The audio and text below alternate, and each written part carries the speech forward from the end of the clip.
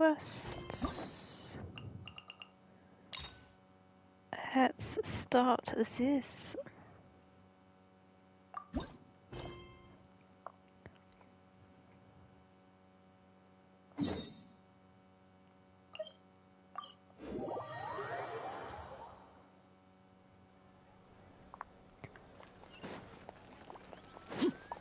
Huh?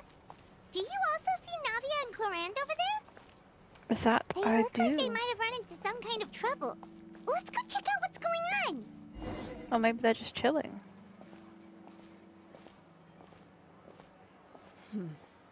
Still no dice?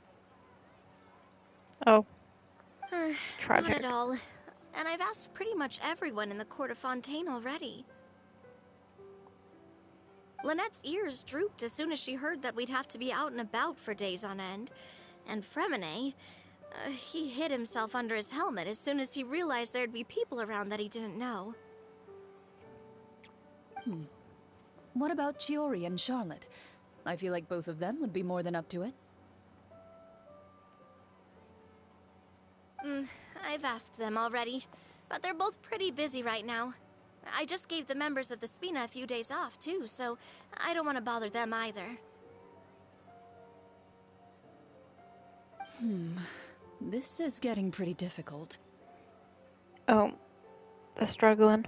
Navia, Clorinde, what's up? We now have a Discord to stay in the loop of streams and uploads. https://discord.gg/s7b9mzgn. Oh, we're her partners. Don't be too jealous. Huh. Navia? Huh? Oh, you mean... Yep, this is our chance. Oh no. This is very, very Do you concerning. need our help with something? Oh, precisely. My dear partners, we've got a huge problem right now that only you can solve. Whoa, for real? Absolutely.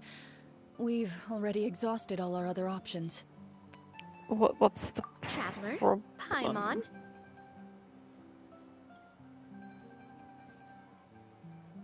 I'm really concerned.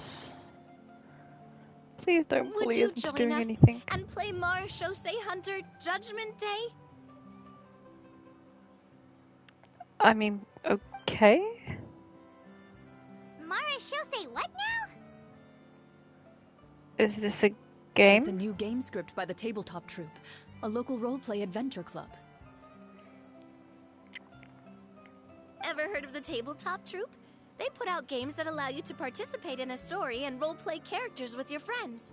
Oh, I've loved their stuff ever since I was a kid. Oh.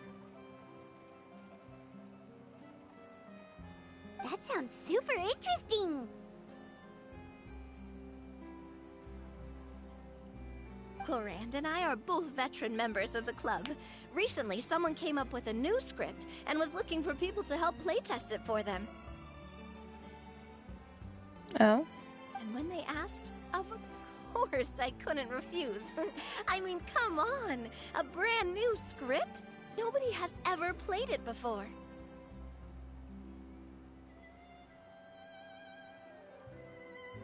Oh. Generally speaking, scripts at that level of development have a lot of issues, but I think this one is pretty solid. The author obviously put a lot of work into the story, and the world building is also quite credible. Whoa, whoa, whoa! I know I was the one that handed you the script, but some of us haven't read it yet. No spoilers, please. Avoid all spoilers. Anyway, the script calls for a team of 4. Ah, yes. We're missing one final player right now. So, you're saying you'll help us out? Why are you looking I at me knew I like could that? count I'm on a you, bit partner. scared. Paimon and the Traveler are kind of a package deal. Is that okay? That's not a problem. I'll adjust the pace based on the actual number of players, and ensure that everyone has a good time. Well, I suppose that Traveler, wouldn't what be do you think? too Wanna play? bad. Paimon will follow your lead. Well, that solves our problem. You have our thanks. Woohoo! I'll go grab the script manager from the club right away. I want to know who the script manager The is. script manager? Didn't you just say that you gave Clorinde the script? The club introduced a completely new kind of gameplay for the script. Oh? In this iteration, the Game Master's version of the script is incomplete. The script manager provides the next part of the script only after players have completed the current list of objectives. That's On certainly a top of different that, way of doing things. in order to increase player immersion, the club has created some of the story's sets and scenes in real life. We'll only know where we should go once the script manager reveals the starting location. Wow, Oh. you're right. Whoever wrote this script really did put in a lot of work. And it's got a real healthy amount of suspense, right? I mean, even the GM doesn't know how the story will end. I look forward to experiencing it with you all.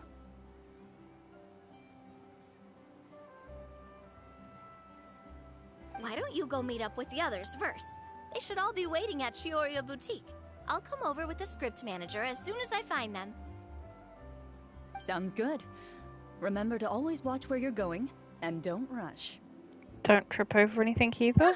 You say that like I'm 6 years old or something.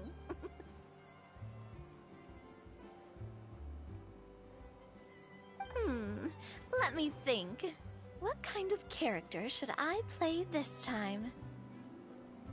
Magical I girl? just hope you'll pick up some useful skills this time. Oh, and stop trying to persuade every animal you come across.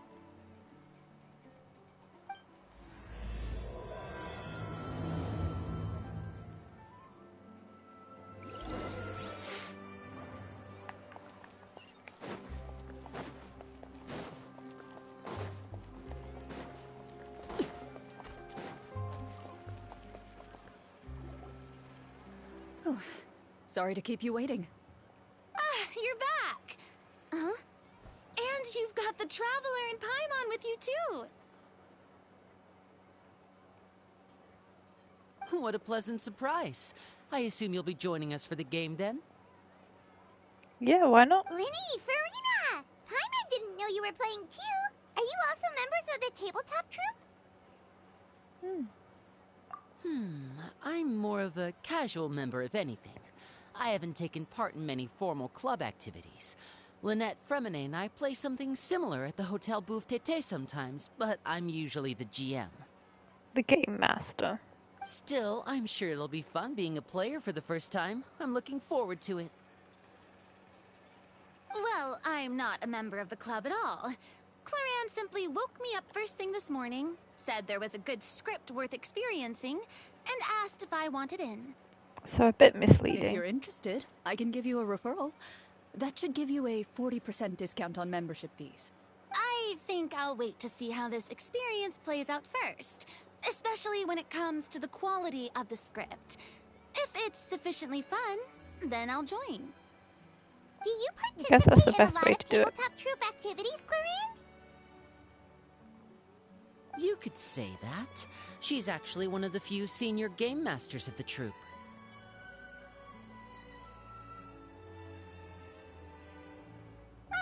Right. I knew about that even when she was still my subordinate.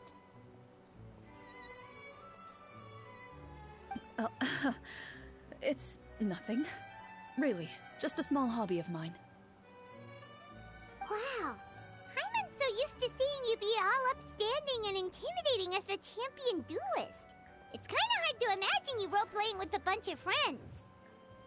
I mean, Surely you would be jest. quite fun. I would never intentionally make things difficult for my players. Are you sure about that? That seems a little bit I maintain a soft. clear boundary between my professional and personal lives. The me you see at court represents the law and order of Fontaine. I put all personal feelings to the side and grant a fair duel to all who seek to defend their honor. But in my personal life, I'm just an ordinary person. Someone who feels anger and sadness, just like everyone else. Well, you say that, but for all the time I've known you, I don't think I've ever seen you cry. I've seen you get angry, sure, but now I'm wondering whether you were actually mad or if it just looked that way from the outside. No emotions, nothing. I was probably in work mode during those times. Is that so? Well, in any case, I just feel like even in your personal life, you don't get emotional very often. Just very... So you want to see relaxed. me cry? That might be a little difficult. A show of anger, though, that might be something I could accomplish. No, that's not what I meant.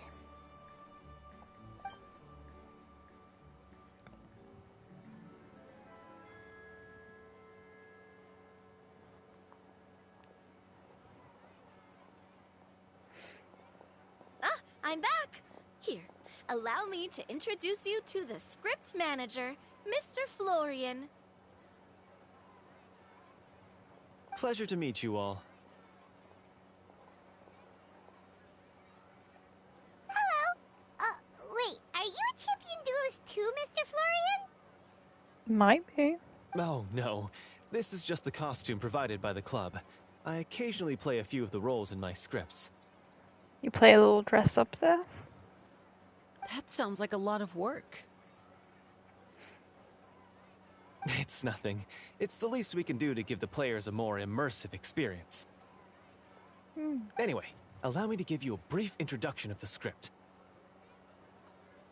This script was adapted from the real history of the Marushose Hunters. You all will play the role of hunters from a bygone era and resolve a series of events unfolding in the capital. So we're gonna run around the city scaring people. Paimon's not super familiar with the history of the Marushose Hunters.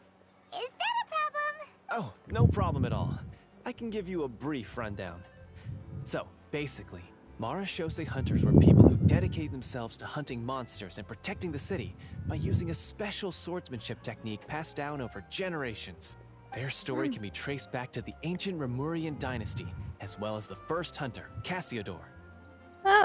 But I'll leave the finer details for you to seek out and discover later. And I'll provide additional commentary as the story progresses. In that case, brave hunters, are you ready to set out on an unknown adventure? Whoa, just one sentence and it's like we're in the story already! Aha, I see many a determined gaze before me. Very well, head over to this location and begin your heroic journey.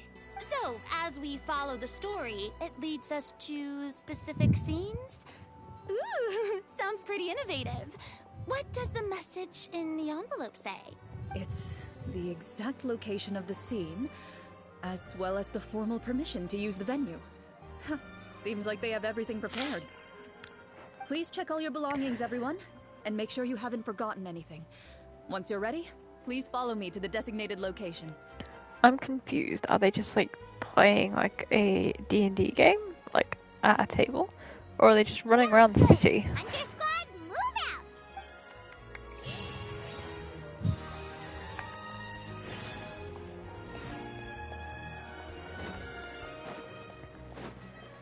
out! I guess we'll just run around and hope we find it.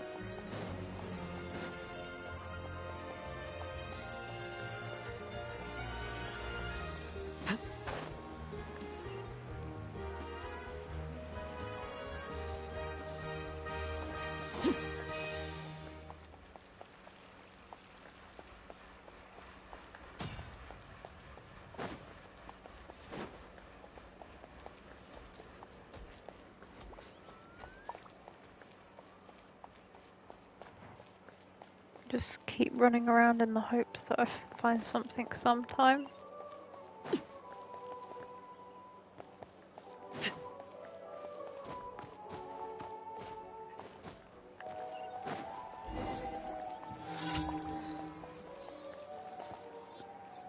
No. Oh, okay. That would have been easier to just do that, to be honest.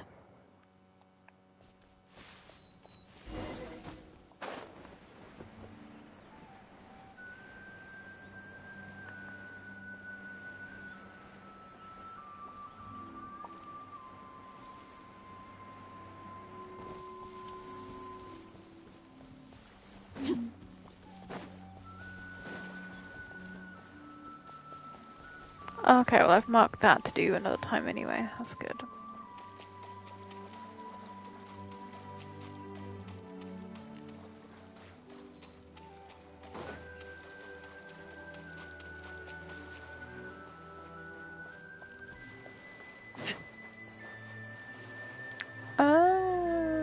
Okay.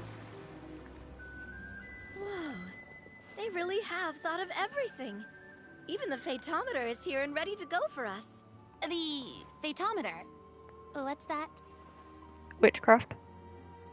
It's a card that's used to determine action success or failure. We'll need to use it when we try to use certain skills.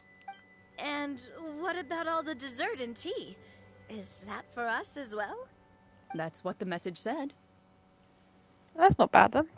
Really? That's so nice. It feels just like a tea party with friends. Cute. Those snacks have Paimon's name written all over them. Don't eat them all, Paimon. I think you might be more of a snack hunter than a Marashose hunter, Paimon. Snack hunter Paimon reported for duty. If there are delicious snacks to be found, Paimon will track down every last one. Paimon Desserts eat are all the great. snacks. But I'm still looking forward to the story more than anything. Very fair. Then, let us begin.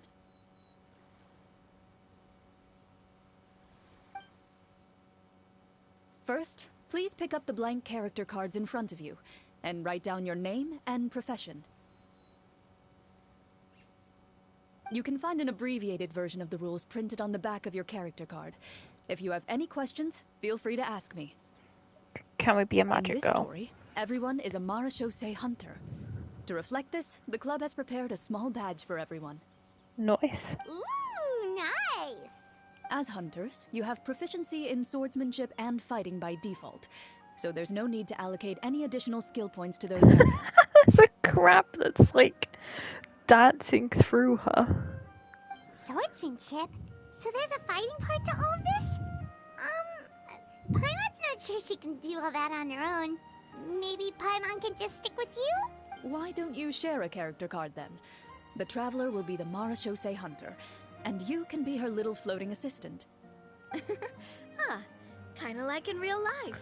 Pretty much. So, for the name, do I fill it out with the name of my character? Yep. It can be any name you like. You can use your real name too if you want. I do that whenever I get too lazy to think of a new name. Oh, so it would be like experiencing a different life, but still as yourself. That's not a bad idea. I guess that's one way to look at In it. that case, I think I'll continue to use the name Linny then. Next up is the skill sheet. You have a limited amount of skill points that you can use to learn a number of skills. The more points you invest in a particular skill, the easier it will be to pass associated checks. I'll take persuasion and investigation. Those are One must-haves when persuasion it and comes to missions investigation, like these. please. Oh, those skills sound like they'd be useful for gathering intelligence.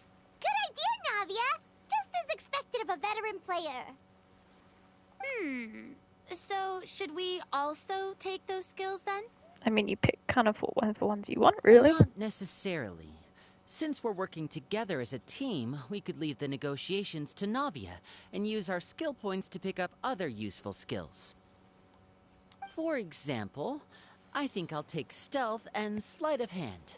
That will give us more options if we run into any situations we can't negotiate our way out of. And just keep winging it. Oh, interesting. I wasn't thinking about it like that. I suppose it's not so different from an acting troupe. Everyone has their own role to play. Let Exactly. me see. I'll take arts and performance. I'm not quite sure what use they'll be, but I'm not as knowledgeable about the other skills, and I am not too confident I'd be able to roleplay them well. Well, She's just that winging leaves it. us. What do you want to learn, Traveler? Medicine. Ooh, so you want to help people when they're injured. That's nice of you. And probably insight. Oh, something that'll help you get a read on other people's thoughts. Sounds useful. So what do you think? Are you sure you want to learn these 2 skills? Yeah, I think that's good Let's enough. see. Oh, looks like you each have enough points to choose one final skill. You've all picked such classic skills. It's fine to go a little bit out of the box, you know. Why do I get the feeling she's getting ready to cause trouble? Chaos. For example, this one here. Summon. Doesn't it sound super mysterious and cool? Chaos. Oh, I saw that one just now as well. The description says, this skill can be used under certain circumstances to summon characters or creatures that fit the script's world-building rules. The script's world-building rules, huh? But how are we supposed to know what a Marashose hunter can summon?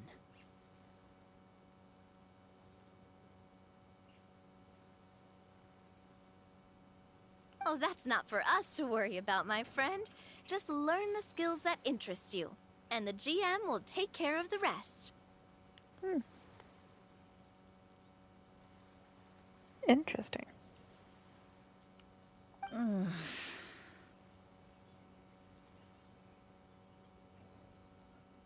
you've convinced Paimon. Let's learn Summon then. Paimon can't wait to see what kind of thing shows up. Well, now that She's everyone's regretting. more or less finished creating their characters, we can begin. Since 2 of our players are doing this for the first time, though, let me ask.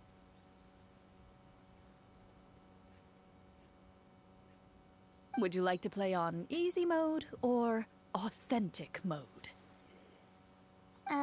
What's the difference between the 2? Well, in role-playing games, the story sometimes changes based on the decisions of the players and the results of the Fatometer.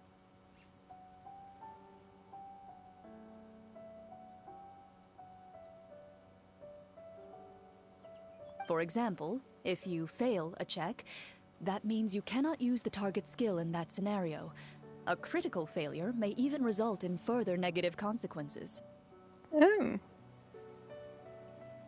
If you choose to play in authentic mode, every time you elect to use a skill, you'll need to use the Fatometer to see whether you succeed or fail, and face any consequences that may follow. I mean, might as well. Just risk it all. If you choose easy mode instead, every check will be successful by default, and you won't have to worry about luck playing a factor. Risk it all for a biscuit.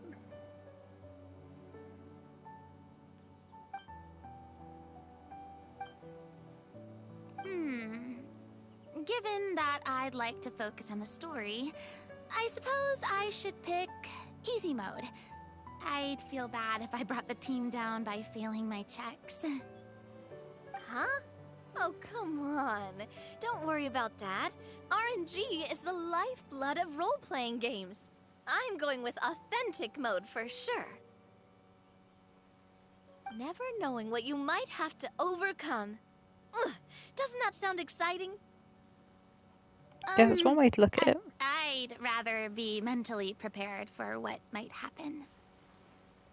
Alright, then I'll mark down Farina for easy mode. All her checks will be successful by default. As usual, Navia and Linny will play on authentic mode.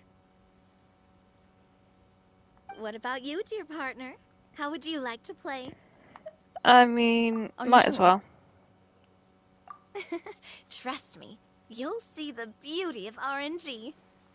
Honestly, I don't think Clorinde would make things too difficult for us no matter what the Fatometer says. Isn't that right, Clorinde? No Hopefully. promises. That wasn't super reassuring. She's just gonna make Well, it hell, anyway, isn't she? enough talk. Let's get started. I want to experience at least a good chunk of the story today. Speaking of the story, why is the beginning scene on a beach? Well, that's because...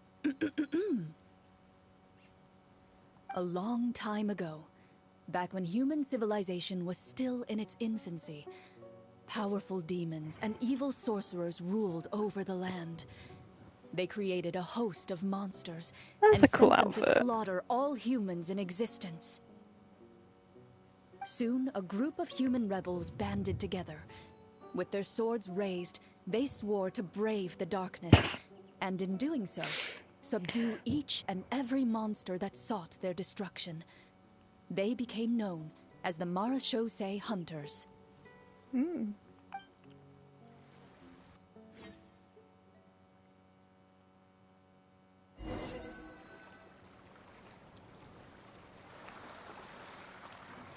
Sometime later, as a member of the Marachose Hunters, you receive a commission.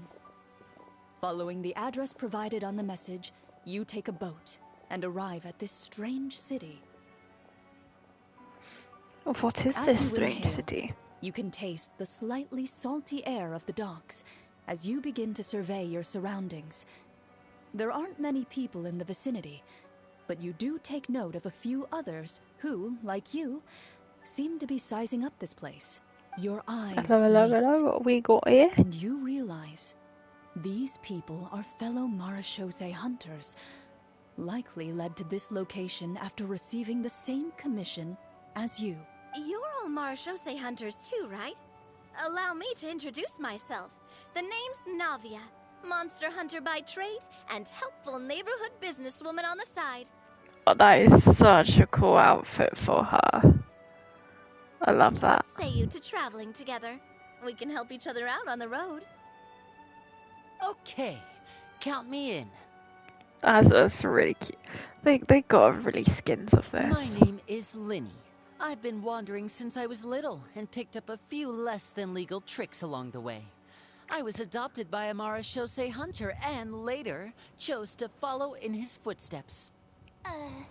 Is this where you introduce your character to everyone? It sounds like they've done this dozens of times. They probably have. My name is Farina, and, I grew up in a noble family. I always had a strong interest in performance and the arts. Even though I'm a Marachose hunter, what I really want is to be a performing artiste. Oh, her outfit. Hey, that's really cool. You can do it, Farina. That's exactly how it's done. Paimon is Paimon, a good friend and companion to this Marachose hunter right here. Oh, I've been studying medicine ever since I was a child. I want to do my part to eradicate these monsters and use what I've learned to heal others. Oh, welcome, welcome. When we face the monsters, I'll make sure to charge in front to give everyone some cover. You can take care of the healing at the back. You open your envelopes at the same time. The message reads, "To the honorable and trustworthy Marachose hunters, our kingdom is currently facing a grave crisis. The lands outside the capital have been overtaken by monsters, and our people are being led astray by forces of wickedness. We beseech you, please help us resolve this crisis and return peace and stability to our home." Huh. The layout of this city looks super familiar. It kinda reminds Paimon of Mondstadt! monster. The scriptwriter must have used a real-world city as a reference when coming up with the map.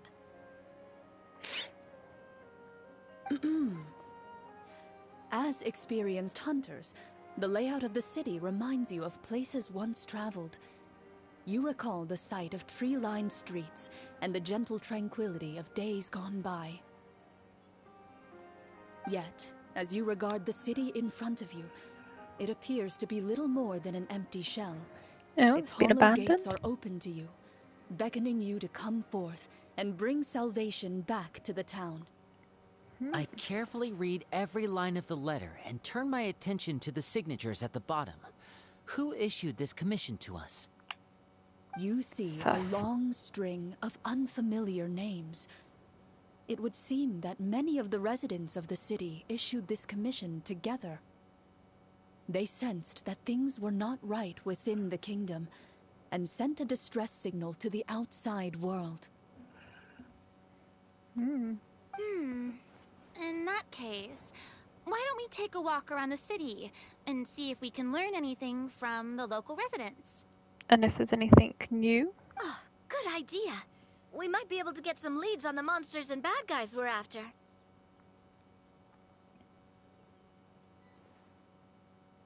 You look up and see a tavern nearby. It appears to be open for the day. Why don't we go check out that tavern? If the novels I've read are anything to go by, taverns are usually full of information. And what information will we get from this tavern?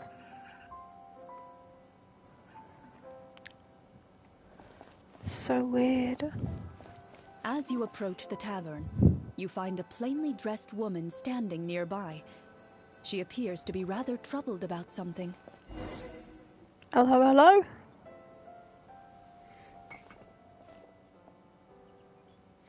Greetings, friend.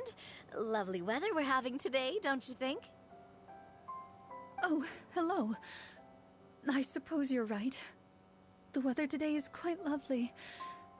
If only those monsters out there would stop causing trouble. It seems like every So many character included in the monsters. script has a certain amount of useful information to offer. If we keep asking questions, we might be able to get some good leads. Oh, come now, don't be sad. Life is all about optimism. Oh, that reminds me. What did you have for breakfast this morning? Huh? Yep, breakfast. I don't think that's the kind of question we're supposed to ask. Nothing turns a frown upside down like good food. How about some macarons? I could make you some. You didn't even take cooking as one of your skill proficiencies. That's not necessary, miss. Excuse me for saying this, but you don't really look like a chef. Besides, I'm not really a fan of sweets. Dragging her. So you're someone who barely smiles and doesn't like sweets. You're really starting to remind me of this one friend of mine.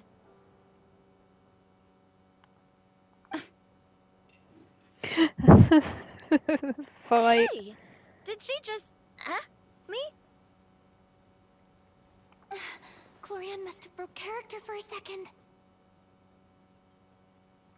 This isn't getting us anywhere. Traveler, maybe you can think of something.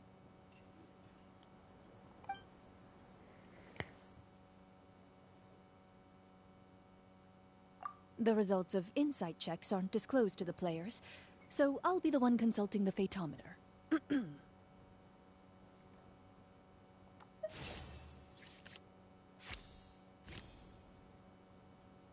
Did it work? You recall all the lessons you've learned in your time and begin to carefully observe the woman's mannerisms. Oh?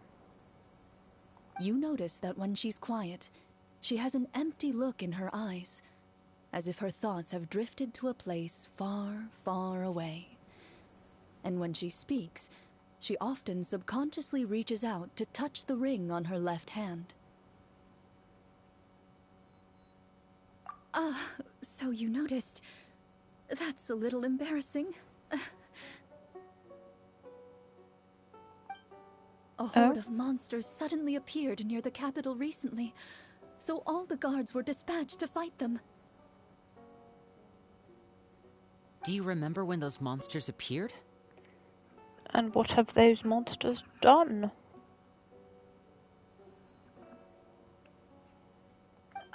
I'm not completely sure.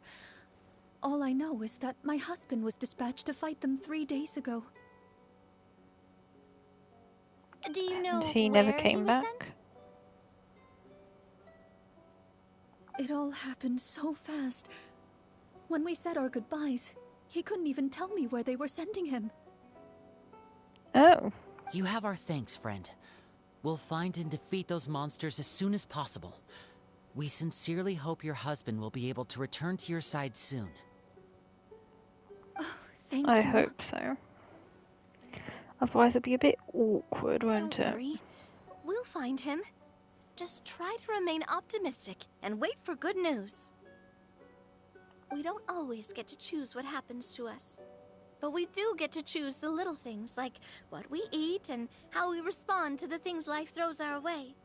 I hope that one day, you too will recognize the power of something as small and inconsequential as a delicious dessert.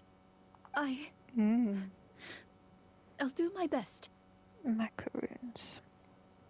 You bid farewell to the woman, and continue your journey further into the city.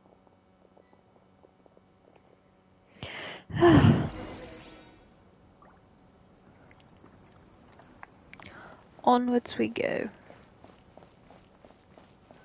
As you venture further into the city, the streets appear largely empty. An elderly woman walks past. You see her shake her head as she puts away her wrinkled wallet.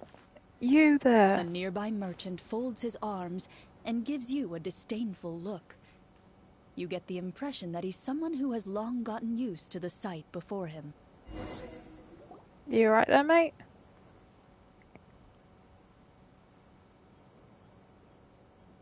Although he doesn't seem very friendly, merchants are usually a good source of information, right? Typically. Pardon me, sir. I'd like to ask a question if I may. Get lost. That depends. How much are you willing to pay? How about this much? What do you take me for? Some lowly beggar? You can't even buy half an onion with that amount. Surely an onion can't be that expensive, right? What do you know? War's nearly upon us. Everything costs several times what it did before. If you're not gonna buy anything, then scram. Oh, he needs to be beaten up, doesn't he? Oh, Being what unpleasant. a nasty guy. Maybe we shouldn't even bother talking to him. But he still might have information we need. Traveler, can you think of something? Sir, we came to this city to solve the very problem you seem to be referring to. The war you mentioned, would it happen to be against the monsters outside the city? The monsters? If you happen to be well informed and know a thing or two about what's going on, we'd appreciate it if you could share that information with us. After all, the sooner this problem gets resolved, the easier it will be for you to do your business.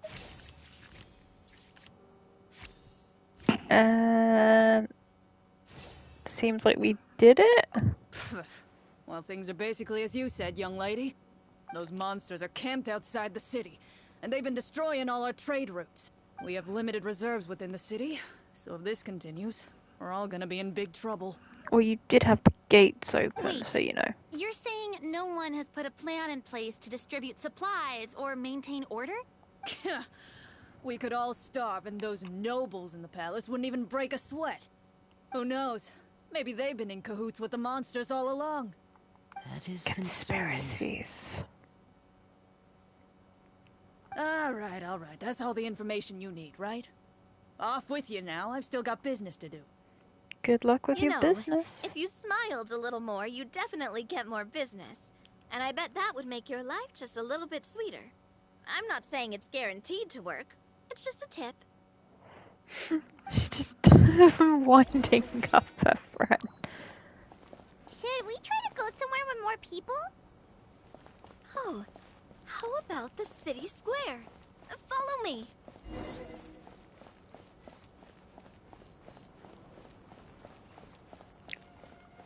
Before you lies the city's central square. You see a man with a slightly anxious look on his face, pacing back and forth, his head hanging low. It's so weird not to see the He fountain. doesn't seem to notice your approach. Still immersed in his own thoughts, he shakes his head and lets out a long sigh. This guy seems promising enough. Maybe I can get some information out of him. Hello, sir. Is there anything I can do to help you? Easy there, man. Wait, you're... I'm...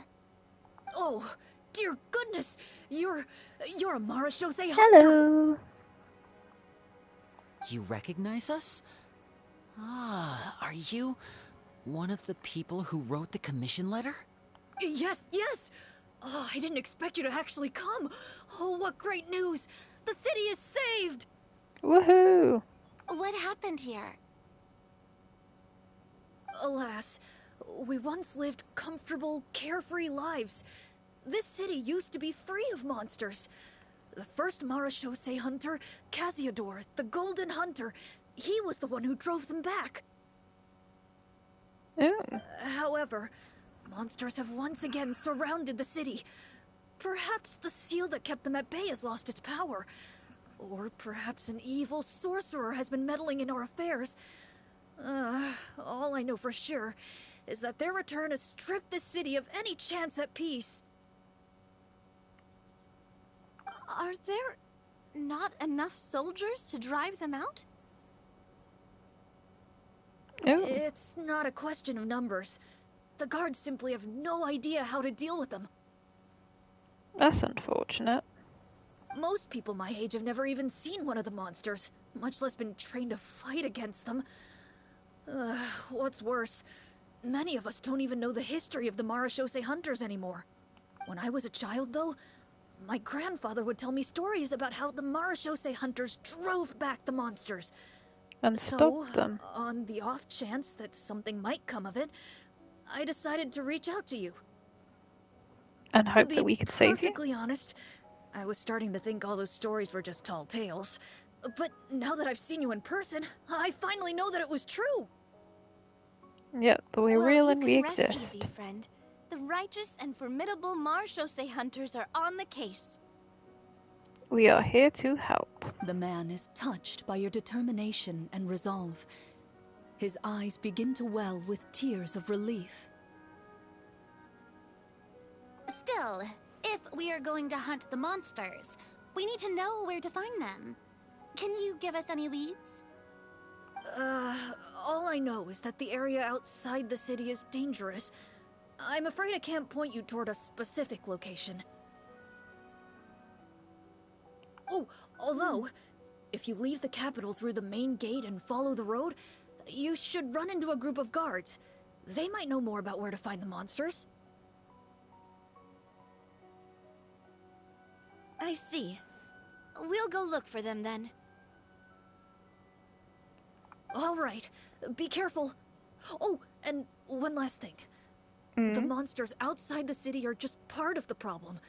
There are evil sorcerers inside the city as well, so be on your guard. Oh, fantastic. They're actively working with the monsters, and have corrupted the court ministers with malicious magic. They're the reason why, even inside the city, everything has been a giant mess. Oh. Even one of our kindest ministers has turned into a boorish and unreasonable figure, interested in nothing but enacting laws that exploit the people. Who knows how much longer we'll be able to go on like this.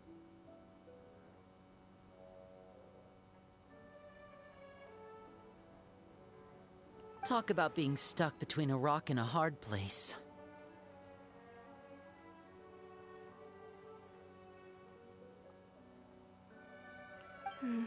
I feel bad for him.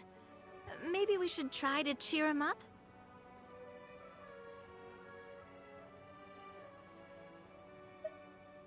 Huh? Like, now? Is this really the right time? I appreciate your kindness, but for now, it's more important to focus on the crisis at hand.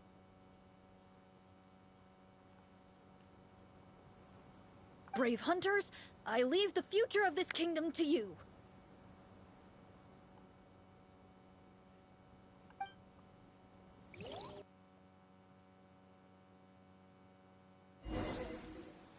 If I understood correctly, there are currently 2 problems in the kingdom that need solving, right?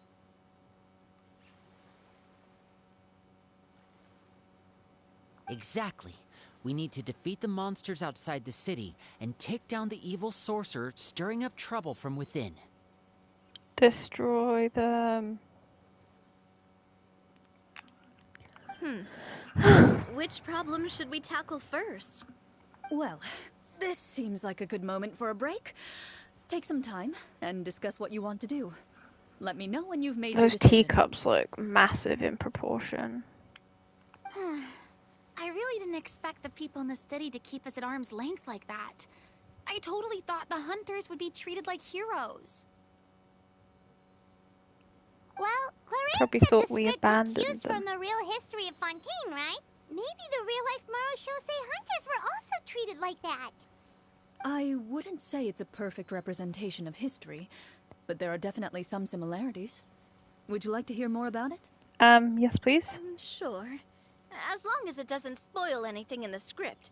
You've brought up bits and pieces of the hunter's history before, but it was all in passing. Paimon wants to know too. The hunters were super powerful, right? Spill Were it. they all from a special line of supernatural beings or something? Kind of like the yokai in Inazuma? No. All Marashosei hunters were ordinary mortal fighters. The only thing that set them apart were the special sword techniques passed down over the centuries. Huh? So you mean anyone could become a Marushosei hunter? As long as they know the... In theory, yes. All you would need to do is survive the rigorous training and master the swordsmanship Survive. techniques required to fight the monsters. Still, most people dropped out at the early stages, and others called it quits the minute they saw a monster in person. To become a hunter, you must be strong in both body and mind. What kind of monsters did the hunters fight exactly?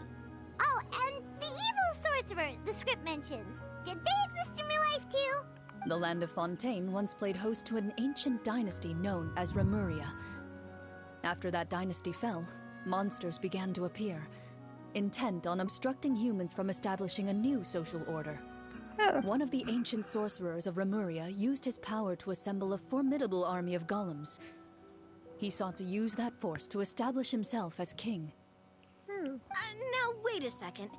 Don't tell me that guy was the inspiration for the evil sorcerer in the script.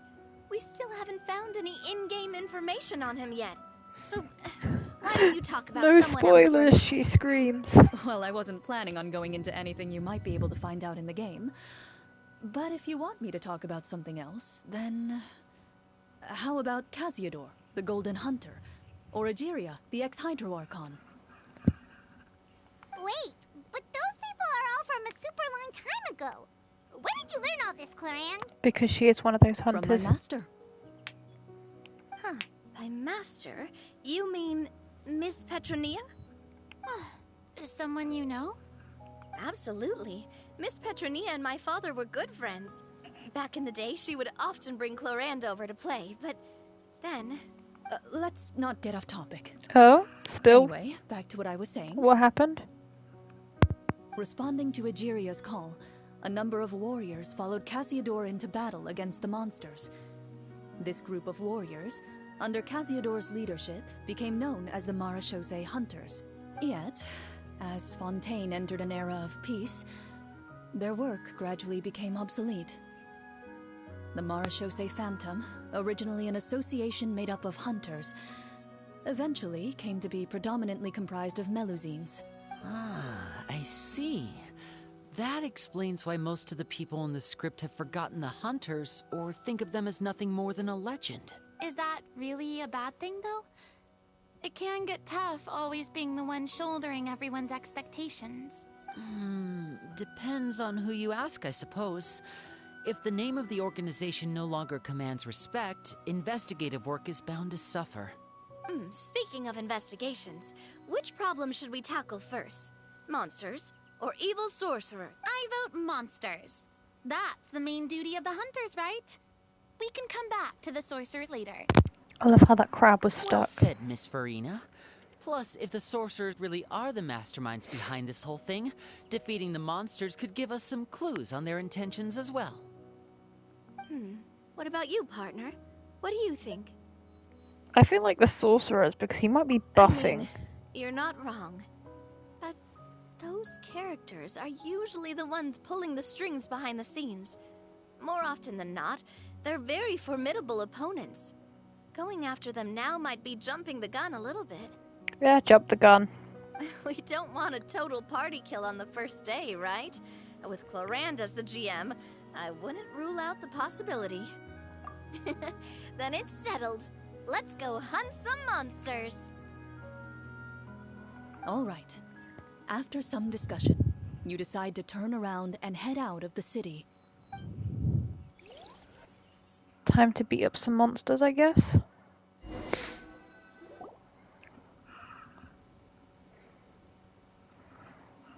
Let's take a look around, like that guy said.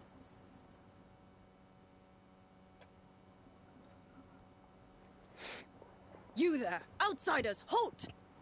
Oh, more trouble. An armored man approaches you. He has a tall, muscular build and a determined expression in his eyes. Just one look, and you can tell he's fought in his fair share of battles.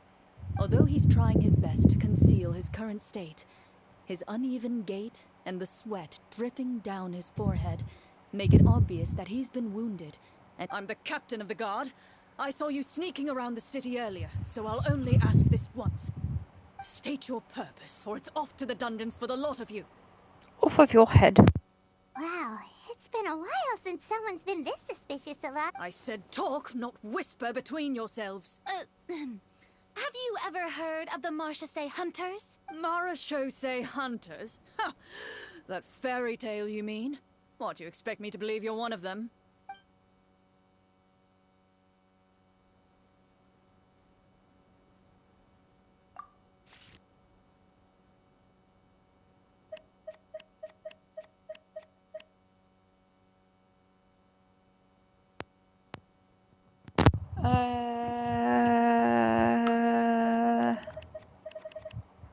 That one? Yes.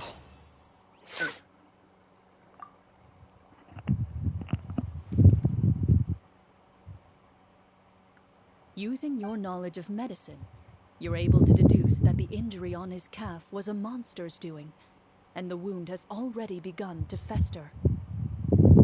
As you check him over, he looks at you with suspicion and retracts his injured leg further back. I'm a doctor by trade. Please let me redress your wound. You don't have to suffer like this. The man appears somewhat disgruntled at having been exposed, but soon relents and raises his leg for you to take a better look. He allows you to apply a poultice of specialized medicine to the wound, and it appears to bring him much relief. The tension in his brow eases. Oh, right. Guess you lot might actually be real Marachose hunters after all. In any case, you've successfully treated my wound. So, what do you want to know? What's Where happening? we can find the monsters, or the other guards who are fighting them? He informs you of the various locations where monsters have appeared. He looks in that general direction with a pained gaze, as if a thin, invisible thread is pulling on his wound. Some Not of on the our new wound. recruits have never even dealt with a petty thief, and now they're out there fighting monsters.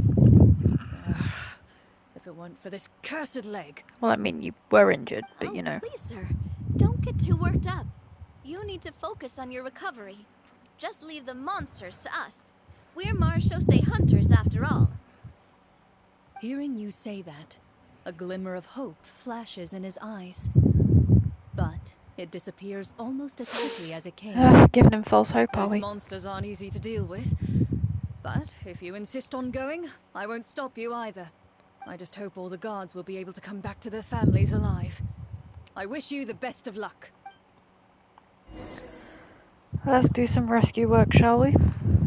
Based on what the captain said, the monsters should be right up ahead. Let's go. Hopefully we're not too late. Onwards we go. As you approach the battlefield, you see numerous people lying by the side of the road. They appear to be dressed like guards. Their faces are filled with desperation and terror. Some are screaming and cursing in vain, as if still trying to banish the monstrosities they saw from their minds. Oh, we can't help them then. Just let them suffer. A few of the wounded look up at you in shock and disbelief. Quick, leave this place. Turn around and don't look back, they yell.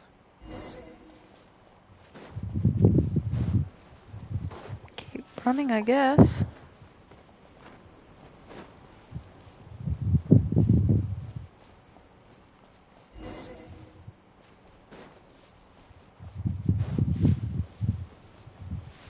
Up all those swords.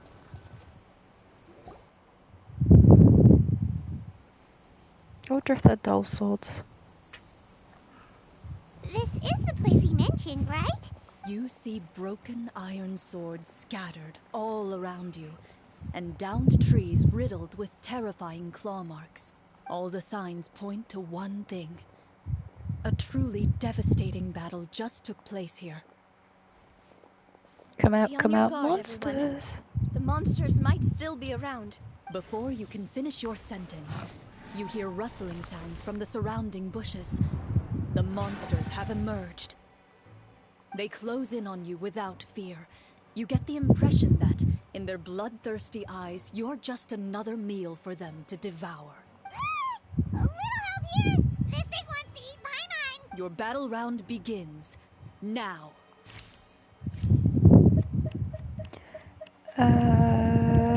That one. Oh. Oops.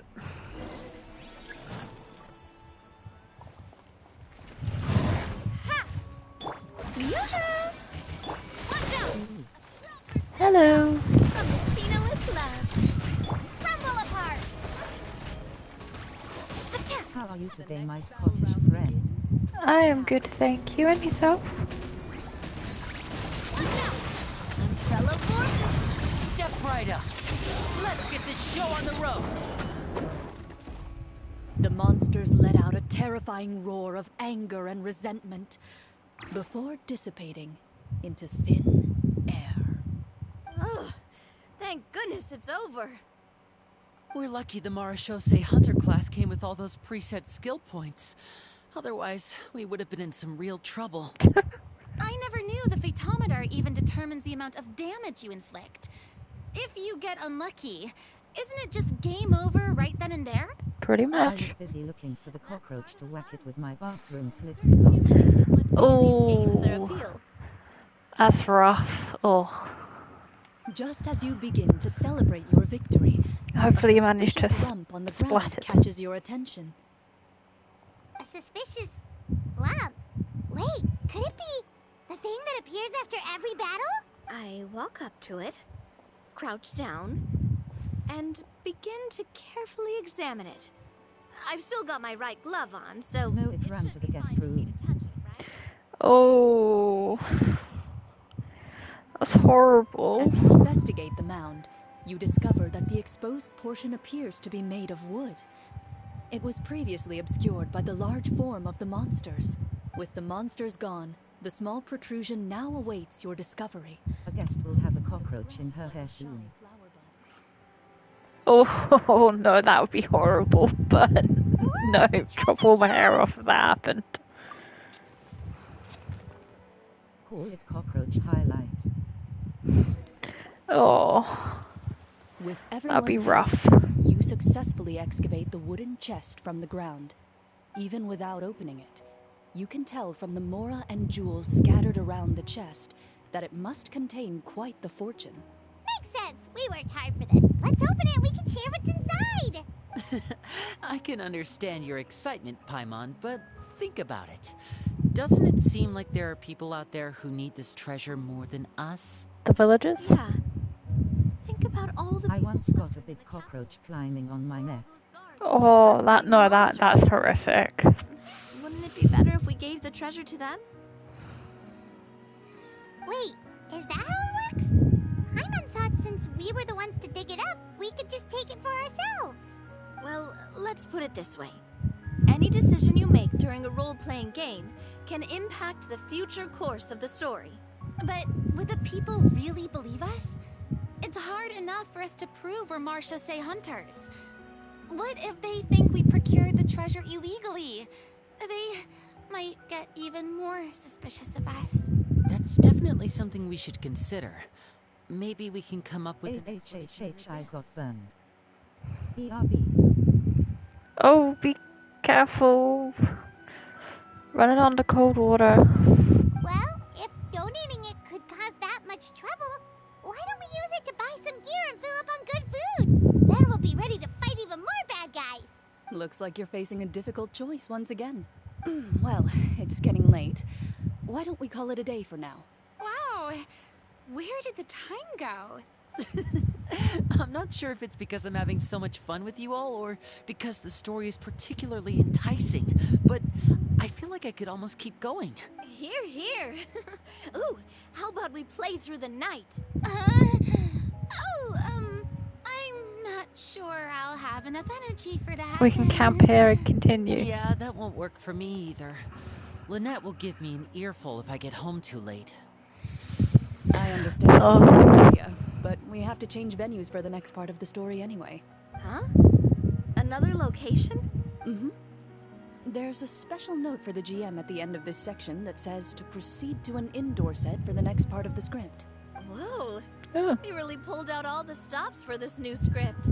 Well, even if we end the game for the day, we can still stay a little longer and hear Clorinde finish her story, right? Paimon wants to hear more about the history of the hunters. Something tells me you just want to finish the free desserts before we break for the day. I mean, free pudding. Never gonna say no to that. That's just a coincidence, okay?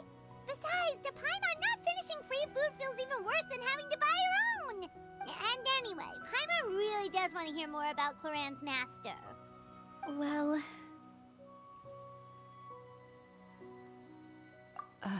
It's nothing. I appreciate the concern, but it's all in the past. It won't do any harm to share these things now. Oh.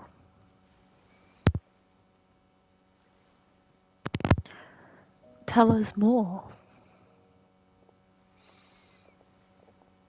My earliest memories are of living with Master. According to her, she saved me from certain people of ill repute. My birth parents had left me behind some time before that. Oh. What a heavy beginning for a life story. What is Fontaine and it just traumatizing children or abandoning them? Master was a fascinating individual, if inexperienced in the ways of raising children. My first ever toy was a short sword. Although I suppose it wasn't so much a toy as something Master removed from her waist and handed to a noisy child in need of distraction. Oh, wait, so she handed an actual sword to a child? Isn't that dangerous? Did you hurt yourself? Of course I did. I cut my palm and bled quite a lot. But Master was not concerned. She just stood there and casually lectured me about it. See, that's what you get for not holding the sword properly, she told me.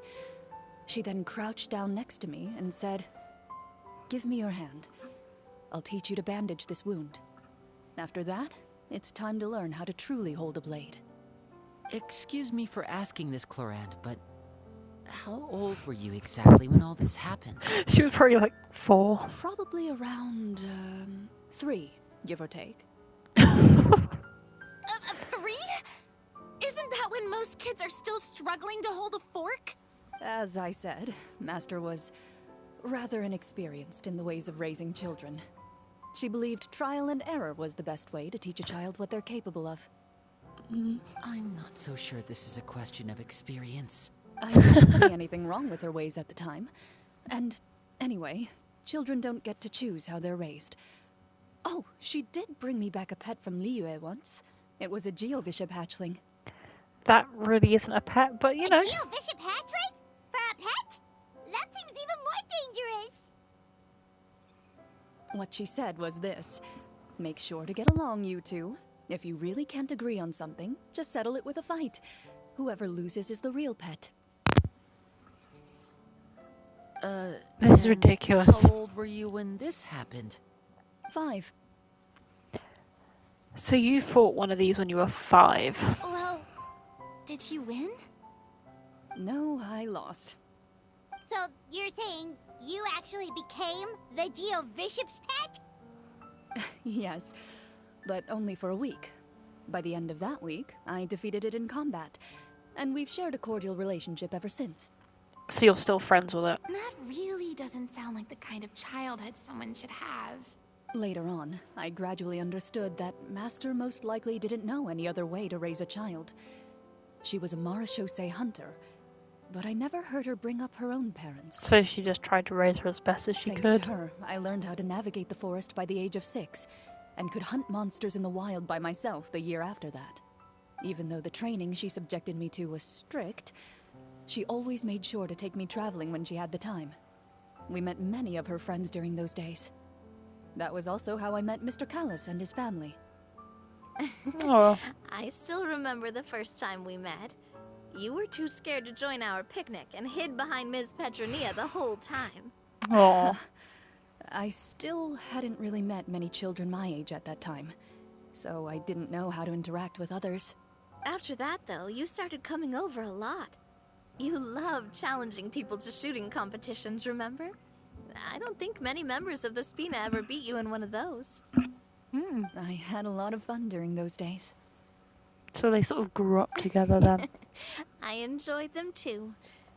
Oh, do you That's remember cute, that though. one time we went exploring around the Spina together? We overheard Papa call your master Fontaine's Protector of Justice. We tried to pretend like we never heard anything, but you nearly let it slip that one time. Oh. Protector of Justice. Oh, wait, you mean that vigilante hero from 20 years ago? The one who is always active at night?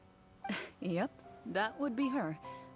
She often would put on a black cloak and go out at night. I never knew where she went or what she was doing. Until, like Navia said, we overheard the truth from Mr. Callis that night. Oh. 20 years ago, huh? I still remember the guards leaving all kinds of witness reports about her on Nervalette's desk. My apologies. Oh, there's no need to apologize. You had nothing to do with it. And anyway, everything she did was for a good cause. Although, calling herself the Protector of Order was a bit much. Especially when she deliberately operated outside the law. It's funny though. When did the Protector of Justice become the Protector of Order? Oh, she had a bunch of code names. I heard she would just come up with a name on the spot whenever she was asked. Later on, she probably got sick of answering It those was questions hilarious how it and went decided to down. stick to just I was talking about cockroaches and I felt something on my neck, so I turned around fast and elbowed my GRE. Thankfully my phone is safe. Oh. That's rough. I hope you're okay.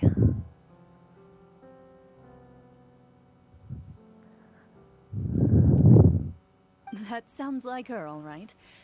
I bet she forgot which of the two she'd use by the time she got back each night. Well, she certainly sounds like a fascinating individual. With her strong sense of justice, it's no surprise her student followed in her footsteps. It's true. I always wanted to become like her. Someone powerful, independent, and with a strong sense of conviction. But But... She suddenly disappeared the night I turned 10 years old. oh. That's rough. Battered by her parents. Yeah, that's just mean. Disappeared? What happened? That's mean. I have no idea. I fell down of laughter the moment it happened. That gave me a good laugh. I was never able to find out where she went.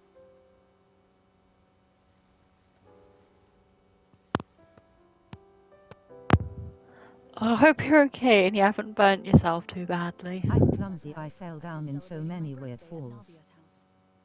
But Master never came to pick me up. Yeah, I understand being quite I returned clumsy, home on my always own. walking into things. It was to an empty house. When she still didn't appear after a few days, I went to Mr. Callis's house to ask about her whereabouts. But he only shook his head. No. Papa probably didn't know either. I know he sent a few people to investigate the matter in secret, but they never found any credible leads. Don't worry. That's sad. Almost a week ago I literally was about to tore my To be ankle. honest, given Master's Ooh. personality and way of doing things, Definitely have to It be all made a careful. lot of sense. If I had to guess, I'd say she probably used it as an opportunity to force me to become independent. Just like how, when a litter of kittens reaches a certain age, the mother willingly leaves them behind. Were you upset, Clorinde? I was at first, but not anymore. I don't believe Master would suddenly disappear for no reason. There must have been something she just had to do. Oh. Well, despite everything, you still The stream cord is doing its job perfectly. It actually notifies me, unlike Twitch. That's quite good. symbol of law and justice. Yeah, I think Twitch can be quite buggy with notifying, so at least with obviously the Discord notifications now, it will be less likely to sort of miss notifications. I suspect my position would be far too by the books for her. Master always did whatever she pleased. But you're right. I suppose I do take after her in some ways. Am I the only person in your server? There's a couple of people in the server now. I never had the chance to ask her about it before. I wonder if Clorinde's master were the champion duelist back then. Would that duel against Mr. Callus have gone differently? It probably would have. Oh no. Judging by the atmosphere, Clorinde and Navia are probably thinking something. Shadow, I will add some stuff to your server if you don't mind. Yeah, that's fine, thank you. Well, anyway. Would you look at the time? It's getting dark, so we should probably call it a day for real this time. If we keep talking like this, we really will be here all night. I had a great time today, Miss Clorinde. Thank you for being our GM. Anytime. I can organize it and give it better overlay. Thank you, I'd The appreciate script that. was good, but I've got to say, I'm not a graphic designer. stories were even better. What, you're not one of those AI bot graphic designers that were always advertising? Hey, you should tell us more about that fight against the Geo-Bishop sometime. Maybe your master was onto something.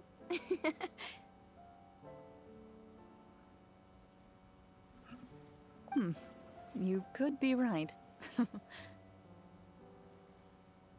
No, I'm just your buddy from Saudi Arabia. I'm safe. Sure, you're not one of those AI. You were like those AI generated Twitch overlays and emotes who then get aggressive when you say no. What does she mean, onto something? I certainly don't know any 5-year-olds who want to fight a bishop in their spare time. Guess I'll head back as well. I need to save my energy if I want to continue enjoying the story tomorrow. You're that excited Discord. to hear about my To fight stay in the loop for streaming timetable and chaos https://discord. I just want to know how she fought at 5 years old, to be honest. Thinking about the script. Oh. She doesn't care about the fight, she just wants to know about the script. Priorities. Just between It doesn't matter if I was or not, we already agreed that I'll pay you to use my weird looking emotes. You actually did make It was those nothing weird special, emotes. really. Geo-Bishops don't understand the concept of a pet. So basically, it just headbutted me whenever I entered its territory. And that hurt? Yeah, it hurt. What, something you want to experience for yourself? No, she doesn't. I'm good. Thanks.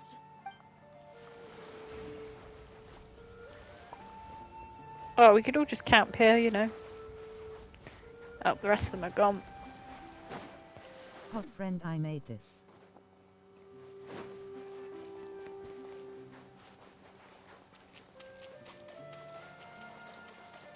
I made this. Oh, that's funny.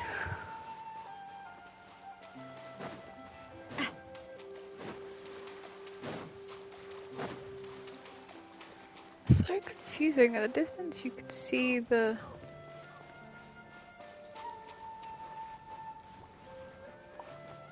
It was there, and then it just. Oh, the rock. I get it now. It's the rock.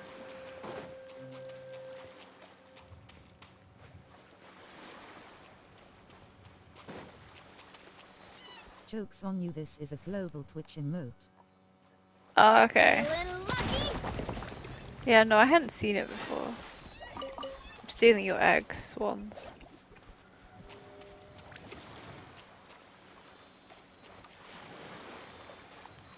Maybe you have the draw distance setting on high.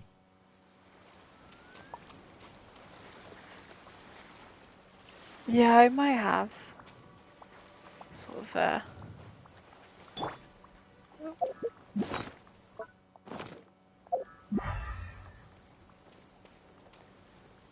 saying this way.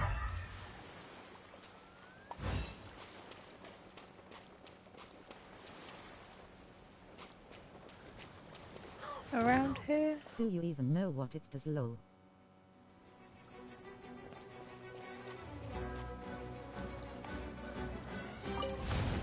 Oh, there it is.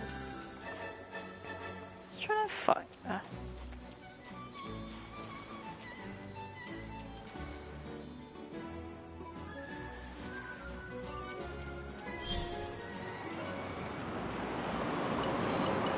Take them. I have no need.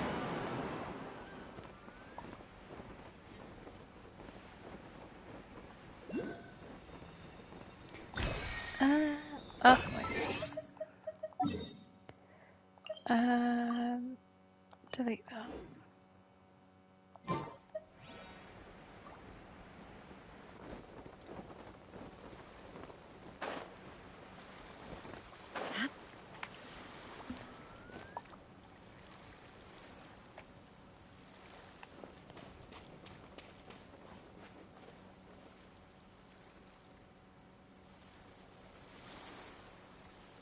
No, not really. It's probably just the settings is because you can't really tweak them on when you're on the PlayStation.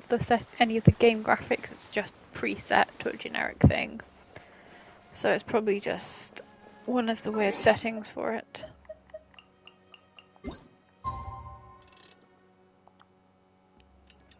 Just stand here till 8 AM, you know. Let's go meet up with the group. Paimon's really looking for.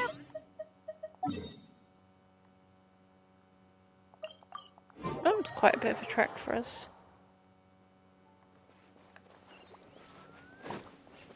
Do we get even more cake? If we don't, I mean, I'll be a bit disappointed, but you know. Oh, it's this down here.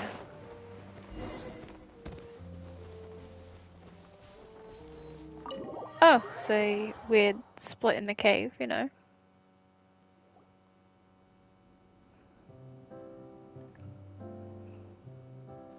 Personally, in open world games, I like to set it to the highest draw distance. I like to see what's so far away in the distance.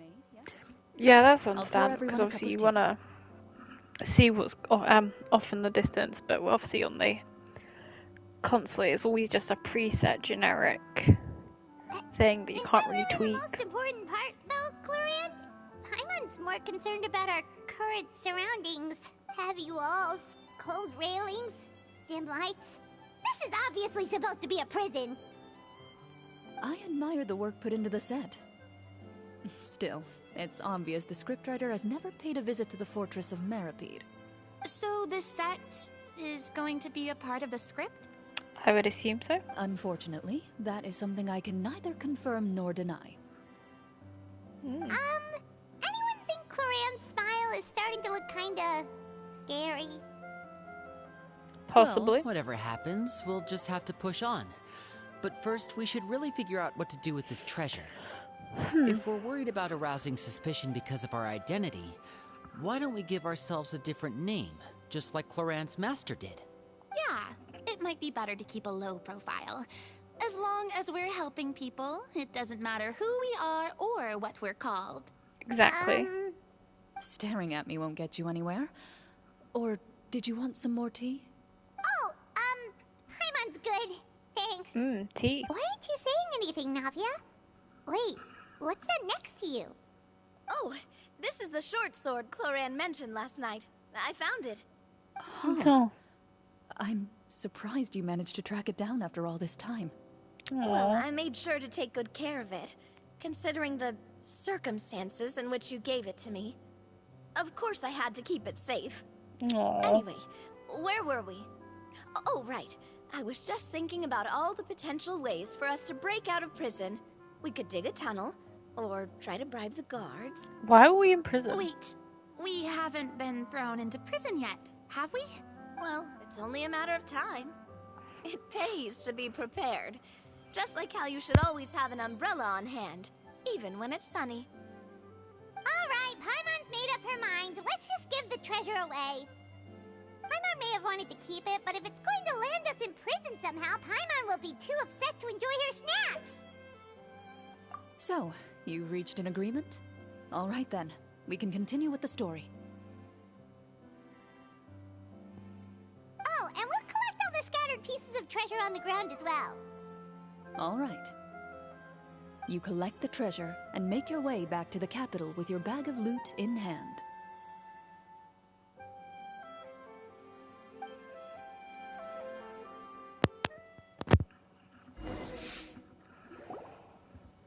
The city is still shrouded in a gloomy, oppressive atmosphere, but your spirits are surprisingly high. In places where sunlight struggles to reach, you generously share your wealth with the children, the elderly, and the poor in urgent need of help. Here you go, have this.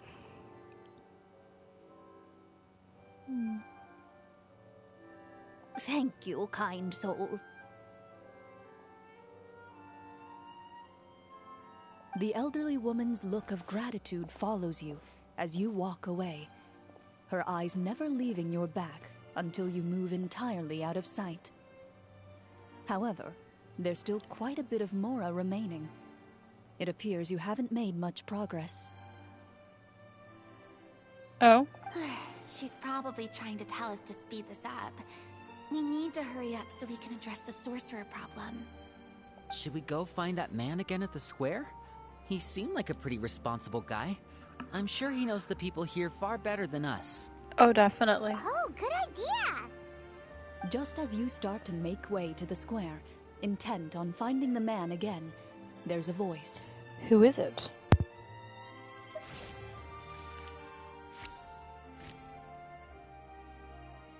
Oh, I'm glad it was a successful chat, because, you know. Please wait, distinguished guests. Several strange guards suddenly call out to you. They run forward to meet you and proceed to politely pay their respects. Oh, thank you. Greetings, gentlemen. Are we being invited for afternoon tea? Surely you jest, my lady. That would not be our place. It is His Excellency the King who requests to meet with you. Please come with us. Oh, fantastic.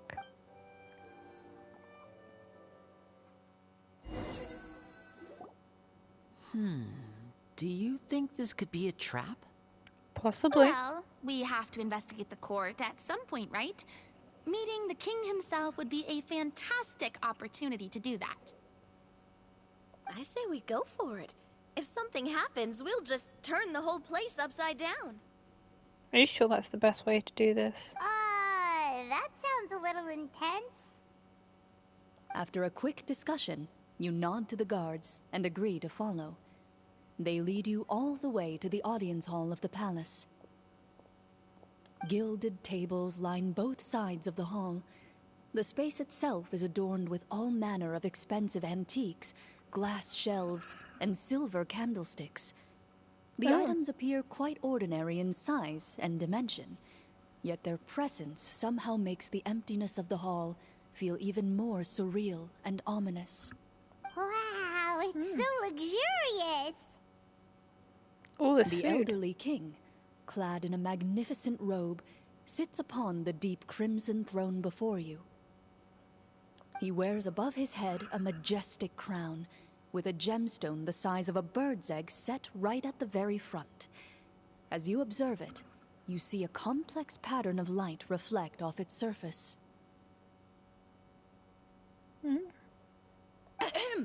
They're here, Your Majesty.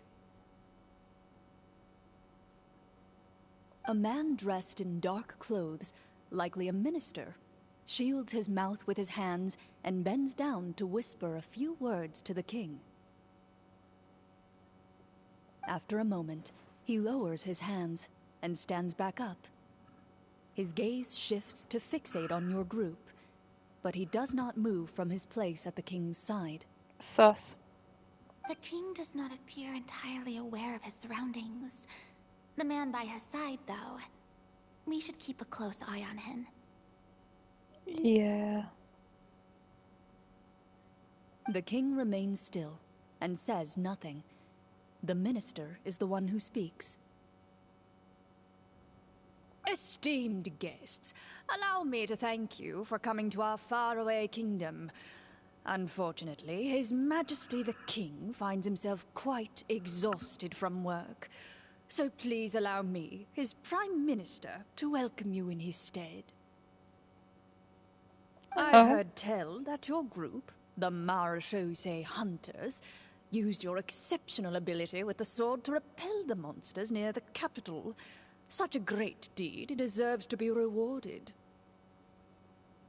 However, seeing that I was not fortunate enough to observe such a feat with my own eyes, you'll forgive me for seeking to verify the truth by speaking to you myself. Well, we've got nothing to hide. You brought us here to talk, right? So we'll just explain what happened. Oh. The golem's blades were so powerful, they could cut down trees in a single swipe. It took a lot of effort to defeat them, even for trained swordsmen like us. Well, that was enough details, right? Believe us now? No.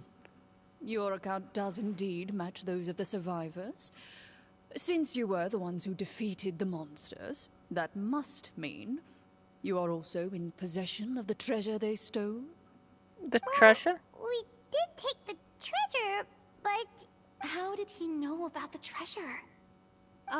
Then I must ask that you return it at once. It belongs to the kingdom. Wait, but didn't you just say that our great deed deserved a reward? Shouldn't the treasure be considered a part of that? Yes, that was indeed what I said. But you seem to have forgotten a very important distinction. No. Only that which is freely given by the king can be considered a reward. Taking the rightful wealth of a kingdom without said permission, on the other hand, is a crime. But that's completely unreasonable. Yeah, that makes no sense!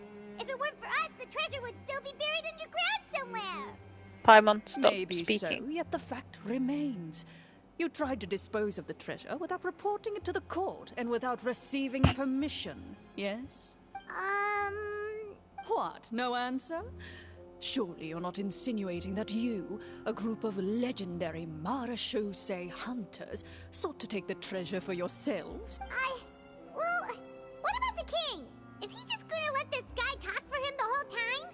Exactly. Clad in his magnificent robe, the king remains seated, with his hands resting on either side of the throne.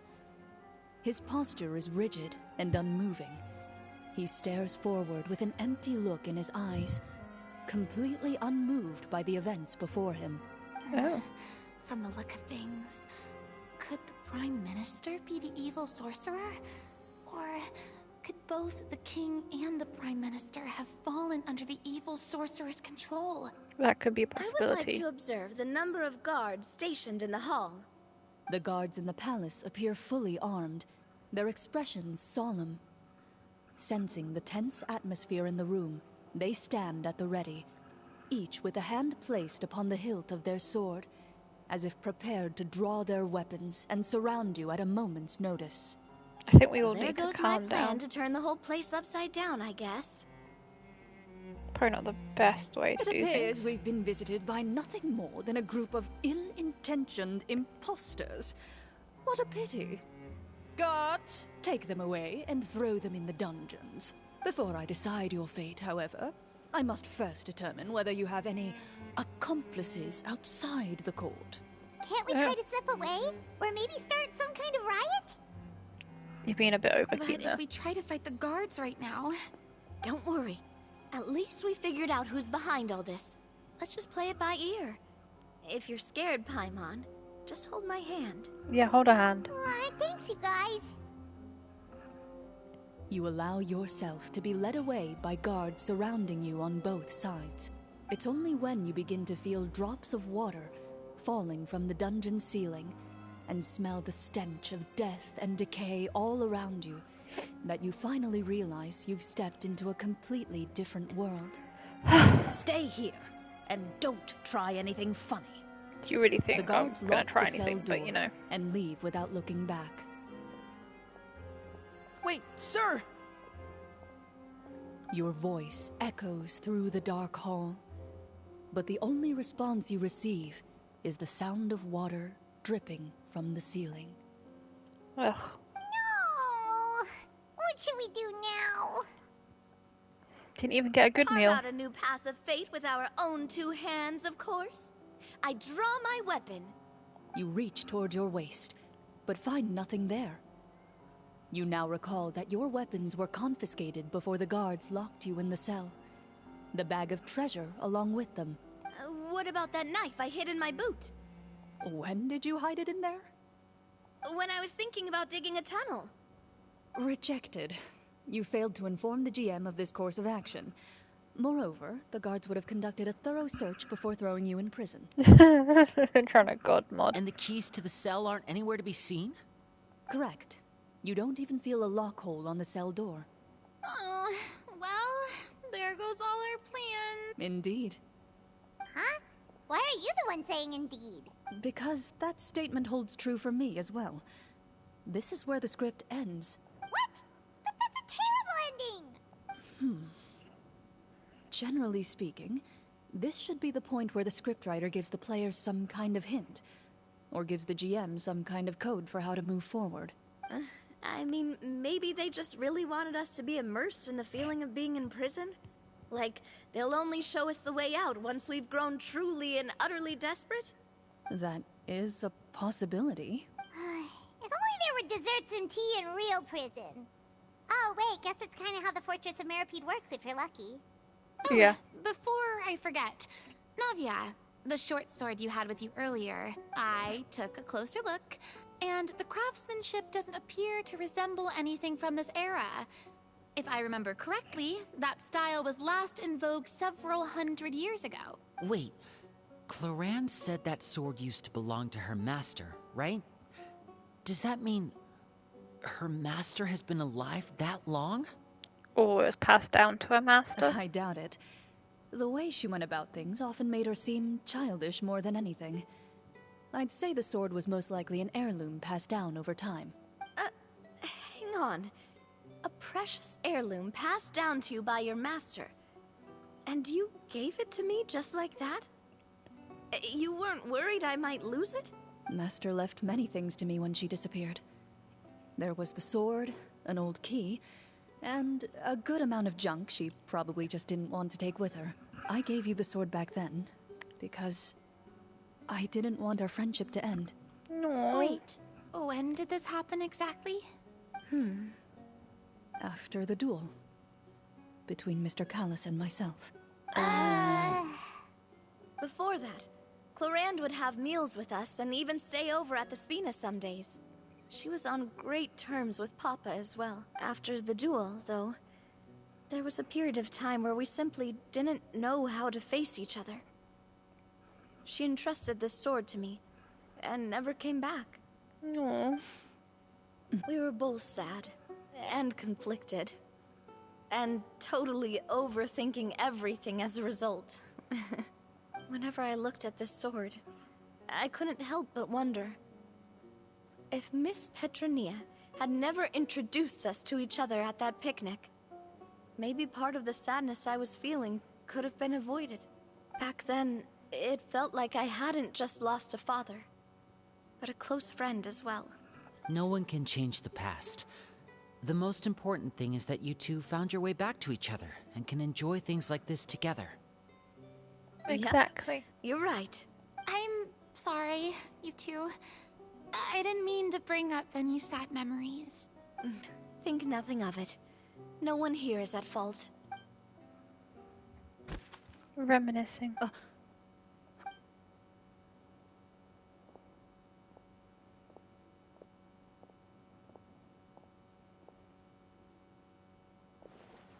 New clues?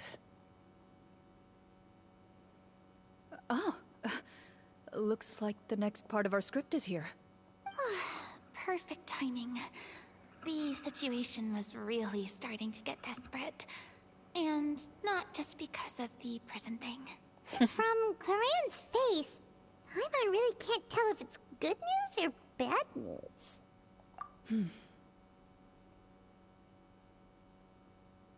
Water continues to drip from the ceiling. In this lightless dungeon, you lack a reliable way to tell how much time has passed. Years?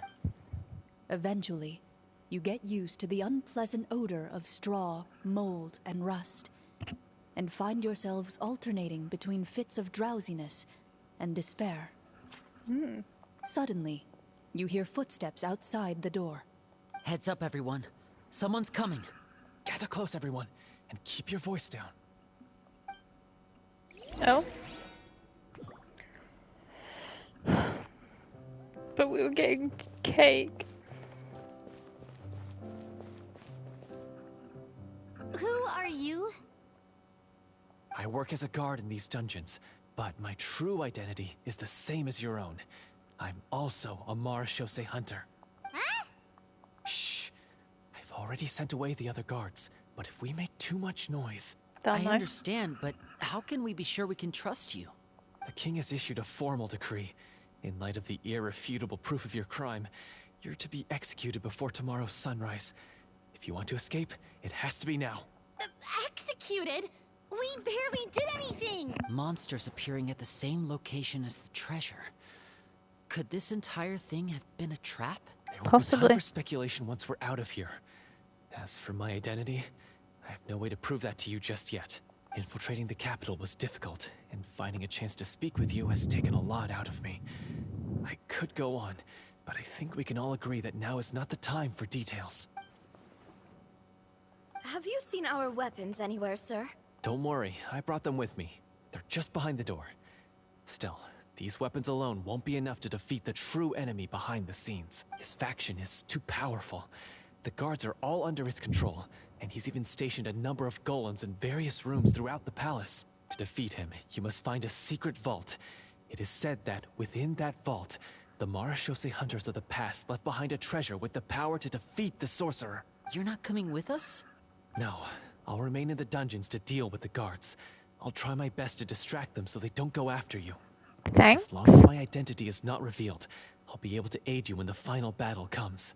In that case, please stay safe. Thank you for your concern. I will do my utmost. As for the location of the vault, here, this map should lead you there. Thanks, man. Got it. All right, once I open the door, remember to stick close and refrain from making any noise. I'll lead you out of here as quickly as possible. You now have the chance to restore the honor and legacy of the Marechaussee hunters. So please, get out there and reclaim what's ours. And be sure to exercise caution. With the help of the guard, you successfully escape the dungeons. Your sense of despair and anxiety both seem to fade as you continue your quest. Wait,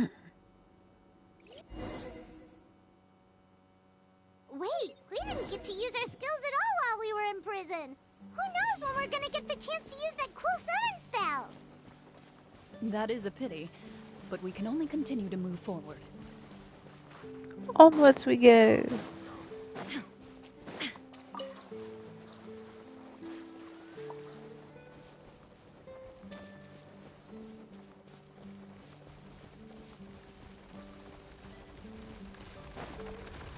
There There's no escape! Transfixed! Witness my rise!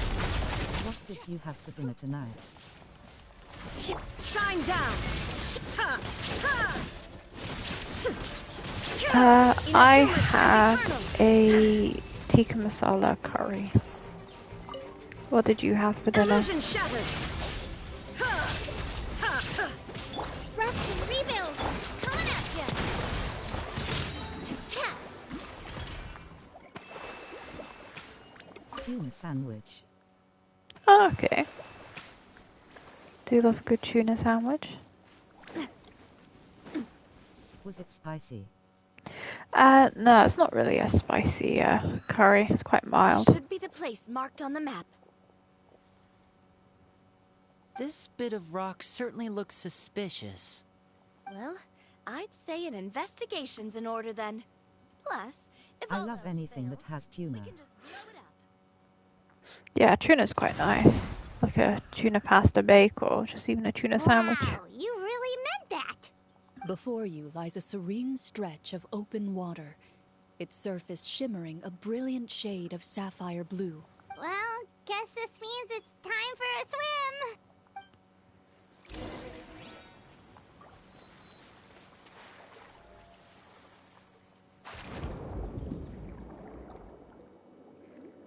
Ooh.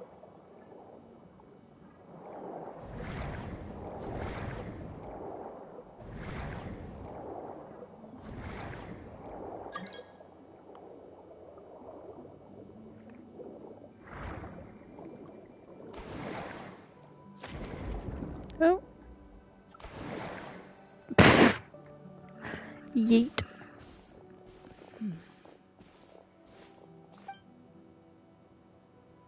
She recognizes this cave? What's the matter? It's nothing. As you step into the cave, you find yourself in an eerily quiet space. Before you lies a narrow passageway that appears to trail off endlessly into the distance.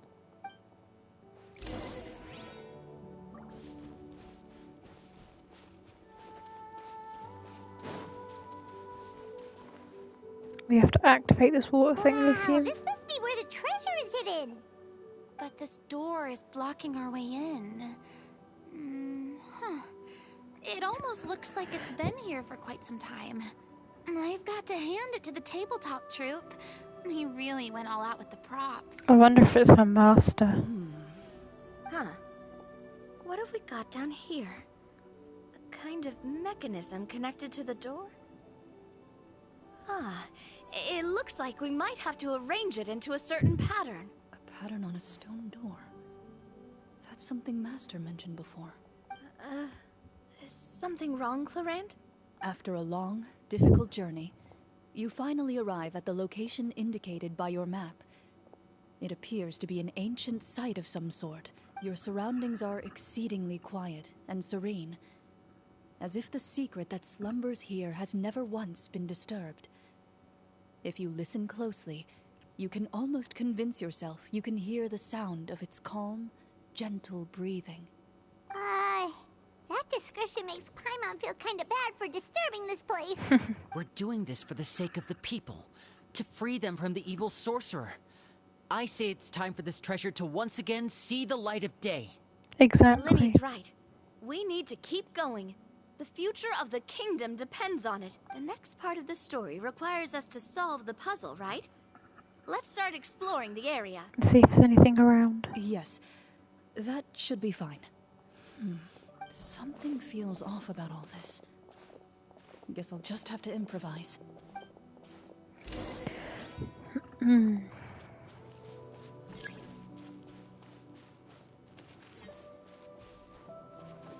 Two Nadias. Which one's the real one?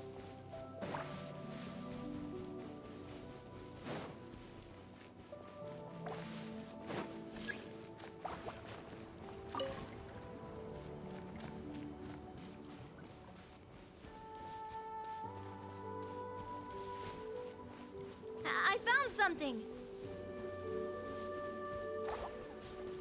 Found something here, too.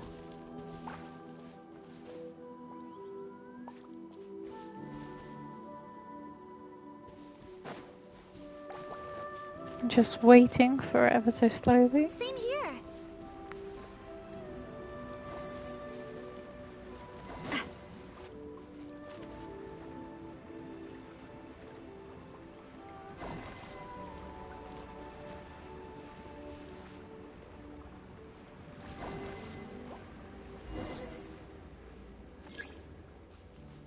Woohoo!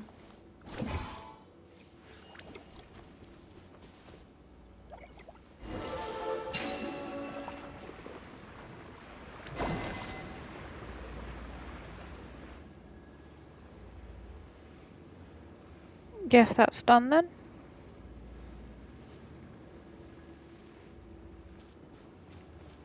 Attempt. Oh, okay. No, that was. It worked. Something just appeared. Some kind of new mechanism, maybe? By solving the puzzles, you prove yourselves worthy of inheriting the secrets of the past. At the end of each puzzle, you're rewarded with With? a key. Oh, it Huh? must be the key to the big door. It's one of the keys she has. Is one of the Marachose Hunter keys that are passed down from generation to generation. It looks just like the one Master passed down to me. It is said that 4 keys in total are required to form the final, complete key. And it seems like we just collected 3 of them. That must mean... Huh? What's wrong? You hear a few strange noises. Suddenly, all the torches in the ruin go out at once. Huh? What's going on? Did we fall into another trap? For the sake of immersion, please close your eyes, everyone. Without the torches, the space is now completely dark, and you cannot see anything. Oh. She disappears. But Paimon can still see a little bit over here. Oh, right. Sorry. Suddenly, you hear the sound of footsteps pierce through the darkness. There's someone else here? Oh, this is so unsettling. I can't see anything. I've been discovered then.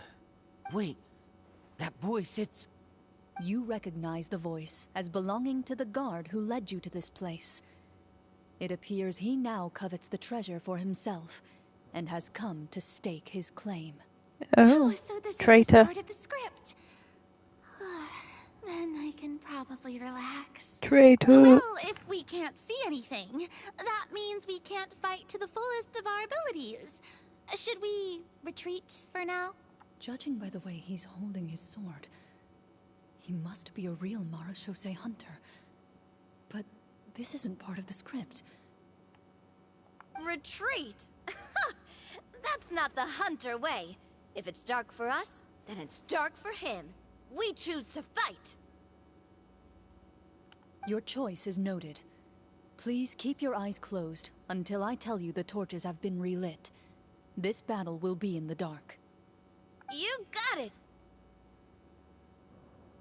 Well then, let us begin.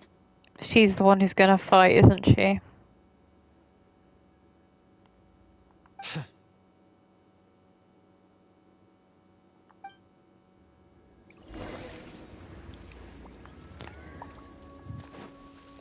Into the shadows.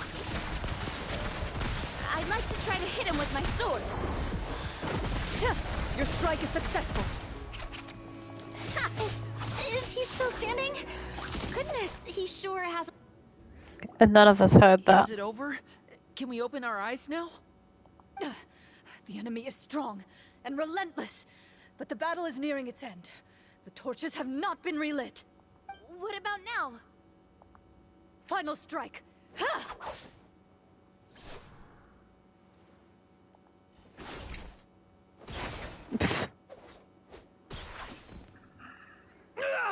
He's down. Well, did we get him?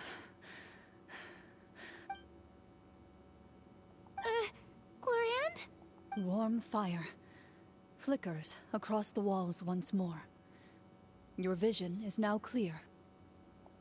Beat him In up. an impressive display of courage, the four of you successfully defeat the uninvited guest. I mean, you Look did in it, his but eyes. It's like he became an entirely different person as soon as I defeated him. Huh? Mr. Florian? Oh, wait. We're supposed to be role-playing. I should stay in character. Speak your name, guard. Why did you lead us here just to betray us? Is this treasure I slept for really 9 more hours and important to I'm you still than bringing sleepy like peace we to the are. kingdom? I think you need more sleep. That's why. What kingdom? What peace? Those were nothing but lies! I, Florian, am a true Marechaussee hunter, descended from hunters of ages past. So he's also using his real name. Or, wait, was that the name of his character from the very beginning? Then I'm even more confused. If you truly are a Marechaussee hunter, shouldn't you want to help us just like you said before? Shouldn't we fight together for the sake of the people? I think he's just a trader, to be honest. I'll definitely sleep more in the morning. What do you know? In this day and age, there's no glory to be had as a Marechaussee hunter. What's that supposed to mean? My skills were passed down to me by my father. We lived a life of obscurity in the remote wilderness. I have a whole week off. He devoted everything he had to being a Marechaussee hunter. Cause of the holidays. Oh, it's good that you have some time off. And what did It's he always get good in to have some return? time off to rest. A life of poverty and pain. In a world that forgot all about him. When he died, not a single person came to mourn his passing. The Marechaussee hunters were the ones who saved this city. We're heroes. We deserved more recognition and respect than this. Is he talking about how no one in the capital seems to remember the hunters and their legacy? I didn't expect the script to contain this level of social criticism. So that's why you want to take the treasure for yourself? You feel like you're owed fame and wealth? Oh. If you already knew where the treasure was located, why didn't you just come down here and take it? Because I still needed the final key. And she has the final key. Only a true Marechaussee hunter is capable of passing through this final door. As someone who sought to hurt others for his own gain, Florian lost that right long ago. Okay, but what is this treasure anyway? We've got all the keys, right? So can we just go in and take a look? You're sure you want to go in? We've been Yeah. talking about it for so long. Of course we want to see what's inside. And we've already defeated Florian, right? So he won't try to take it from us anymore. Pesky brats. And I would have gotten away with it. Watch yourself. Then let's open the door together. All right. Your choice of action is confirmed.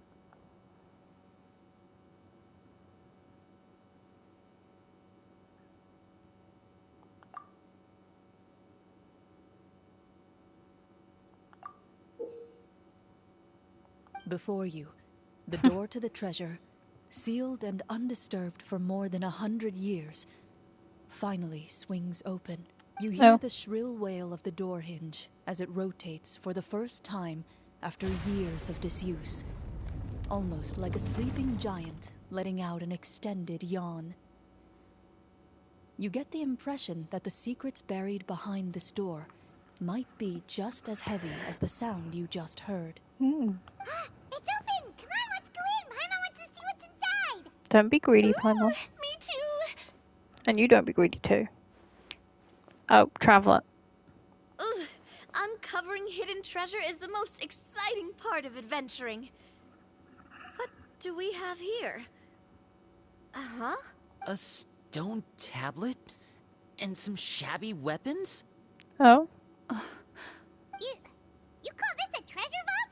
Looks more like an abandoned warehouse! Don't be mean. Maybe the troop ran out of budget at the end?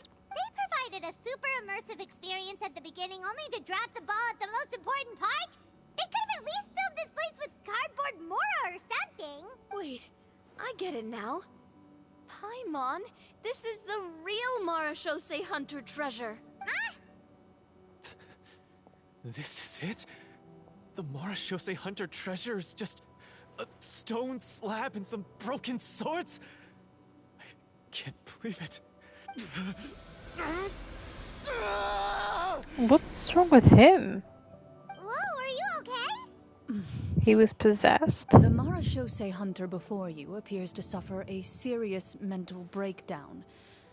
He needs to leave the room for a moment to collect himself. One of you seems to understand the significance of the treasure already. If the rest of you wish to follow suit, you may remain here in the meantime and explore your surroundings.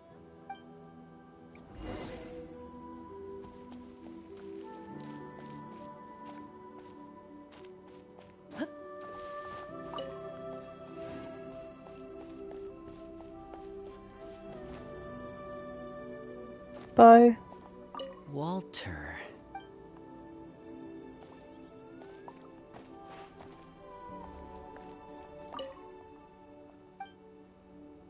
Oh. The old and broken weapons.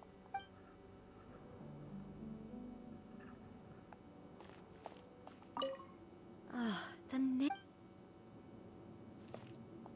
What is the treasure supposed to be? Can't even speak to Traveler, but you know.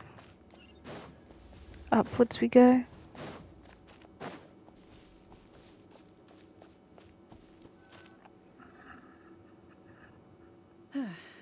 So, how are you doing? Feeling any better? After your mental break. What just happened? Do you remember how you got here? Or what happened to your body just now? I remember now. I brought you here because I wanted to... The explosives in the cave! You mean these? Huh? How did you...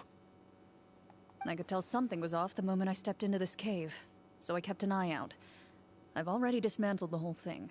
Oh, that's good that you're on the ball. So the strongest champion duelist in all of Fontaine saved the day once again. Guess I shouldn't be surprised.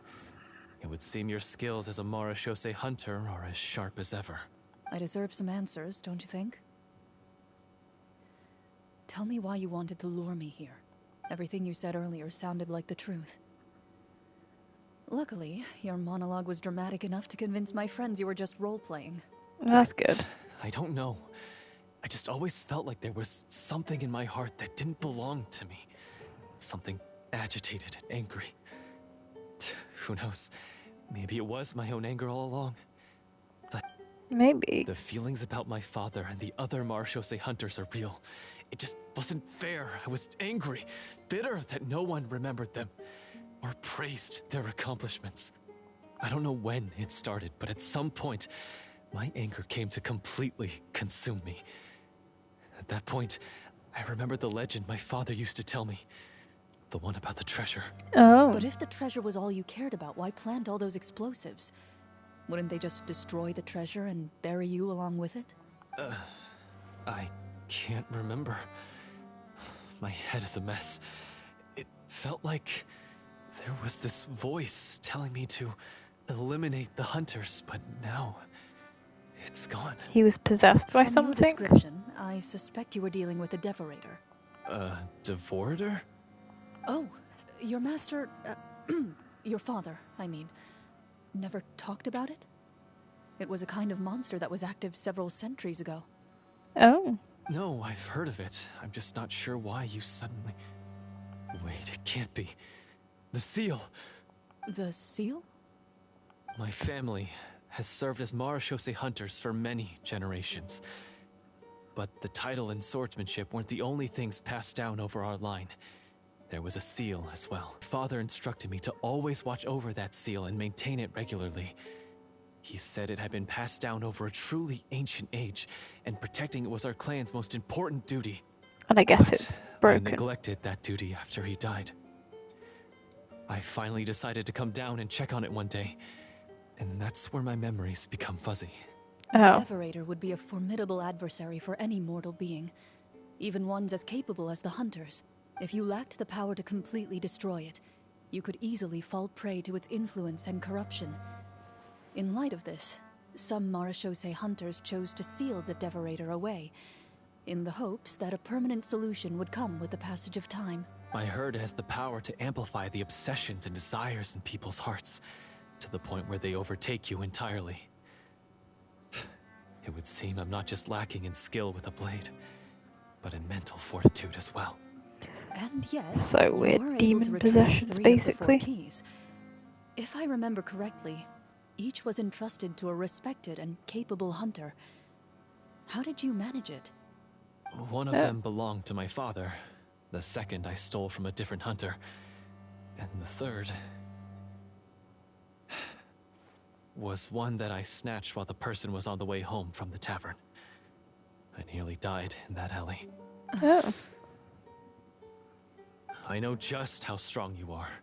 It's as clear as day to everyone in Fontaine. I observed you from dusk to dawn, but could never find any opportunity to sneak up on you. I never even saw you drink a single glass of liquor. The only way I could think to obtain that last key was to lure you here using your hobby, and then... Oh. Oh, I get it now. That monster, it wanted to bury you here alongside the treasure. Because it knew she was I a won't threat. comment on anything else, but the script was good. Well, I did pour my heart and soul into it. The stories my father used to tell me about the glory of the heroic Marechaussee hunters and how they came to be forgotten. It's No. more than just a story. Huh? You're proud to be a hunter. You're still holding onto that part of yourself, no matter how small. I have done so many despicable things. I have nothing to be proud of. Then explain the purpose of the evil sorcerer in your story. Oh.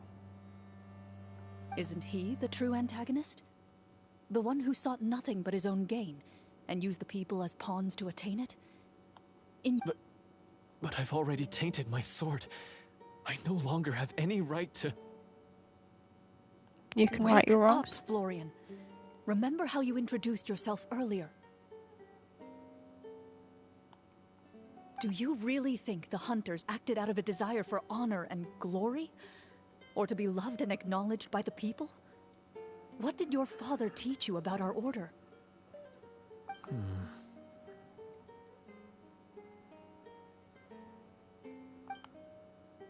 You do not wield your sword for yourself, but to protect those you serve. There's nothing special about a blade. It's the intentions of the wielder that matter above all else. Do you still not And understand? helping them. Even after seeing the treasure for yourself? The contents of that room, they represent the true legacy the hunters left behind. You're right. I am a Marechaussee hunter. It's time for me to redeem, no, to finally serve the people I vowed to protect all along. Ah, finally. I wouldn't be so quick to push aside the need for redemption. I know. That's a charge I won't bother to defend myself against. Good. Then, come with me, and help me see the script through to the end. Huh? See the script through to the end? But there's no more script left. Never finished it, huh? Oh. No, I mean, I wrote the script with the sole purpose of luring you all here. There was no reason to write beyond this point. I see. Then we'll just have to keep writing it. The evil sorcerer still needs to be defeated. You mean the Devorator? Are you saying I have to make up the rest of the script as we go along? Yes. Is that really so hard? You've already written most of it. Surely you can write an ending where the hunters win and justice prevails. I'll be there to help you too. You aren't afraid your party will fall into danger? I know what my friends are capable of, and they're all quite skilled. Besides, I need their help. Then, are you going to tell them the truth about all this? I don't intend to spoil the fun. Sometimes, protecting dreams and fantasies is more important than exposing the truth. Don't you think? Possibly. So I guess now we have to go fight up a possessed demon-y thing.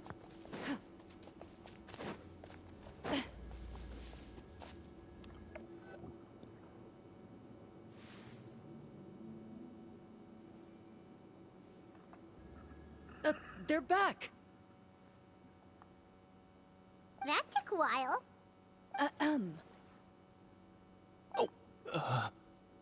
Ahem!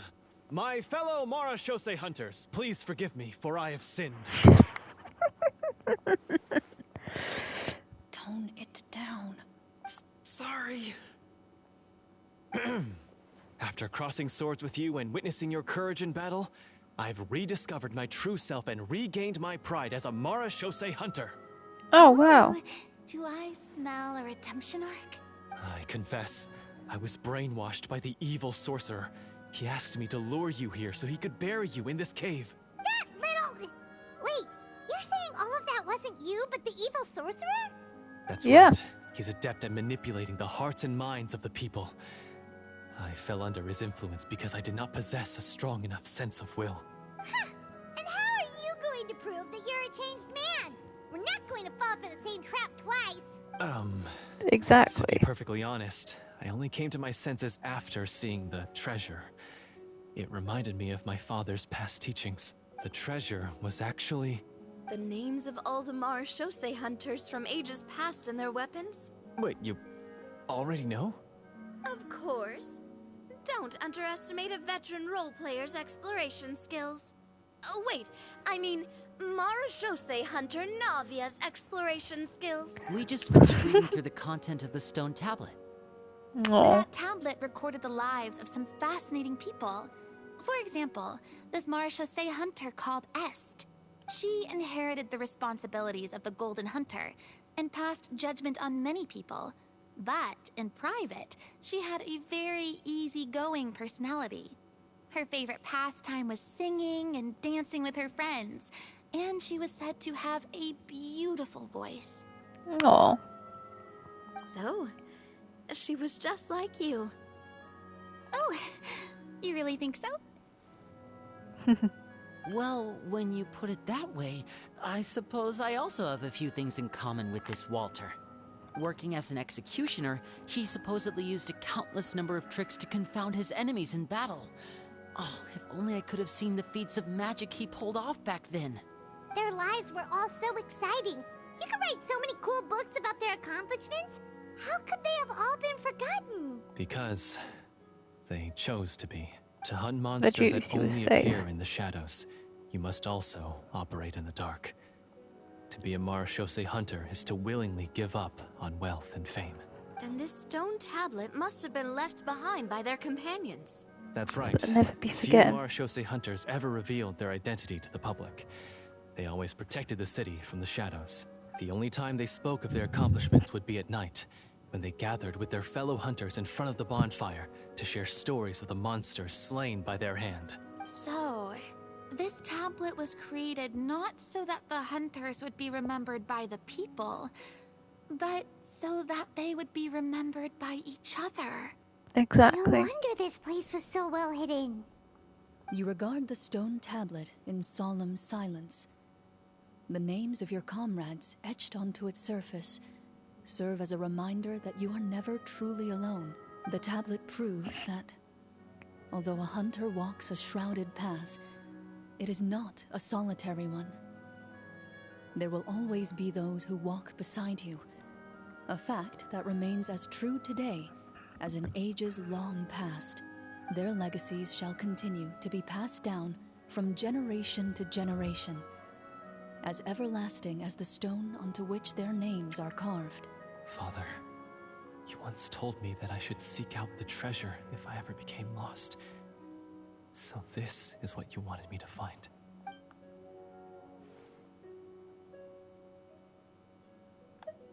Yeah, we'll do an insight. Okay. His eyes are sincere, and his words ring true. You can tell that every word he spoke just now came from the bottom of his heart. I implore you, everyone, please give me a chance to make up for all I've done. Allow me to fight alongside you and defeat the evil sorcerer that threatens the In peace this and prosperity base. of everyone in this kingdom. Well, I say we let you join. Sounds good to me too. Everyone makes mistakes. What matters is what you do to make up for them. Everybody I have has no those objections, days. but Mr. Florian, do you even know how to defeat the evil sorcerer? When he took over my mind, I gained some insight into his thoughts. Every time I thought of the treasure, he reacted with a strong sense of fear. Huh? He's afraid of the treasure? But there's nothing here except some broken weapons and the stone tablet. What if the secret's hidden inside these weapons? GM, permission to investigate.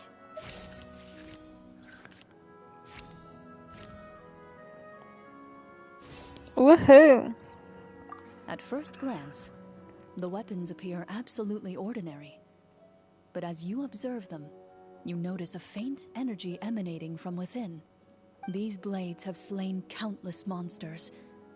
Though it's been a long time since they were used in battle, their edges remain sharp, as if they're simply waiting for the next worthy hunter to carry on their legacy.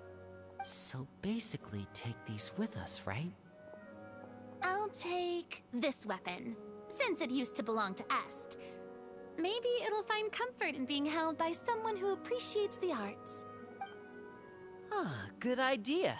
I'll take Mr. Walter's bow then. From one archer magician to another. Paimon's gonna pick a cool weapon too! You sure about that, Paimon? You can be trusted with a weapon. As you grip your weapons, you can almost feel the will of past hunters coursing through your being. It's a feeling of courage, determination. A silent vow passed down from generation to generation that says, eradicate the monsters, no matter the cost.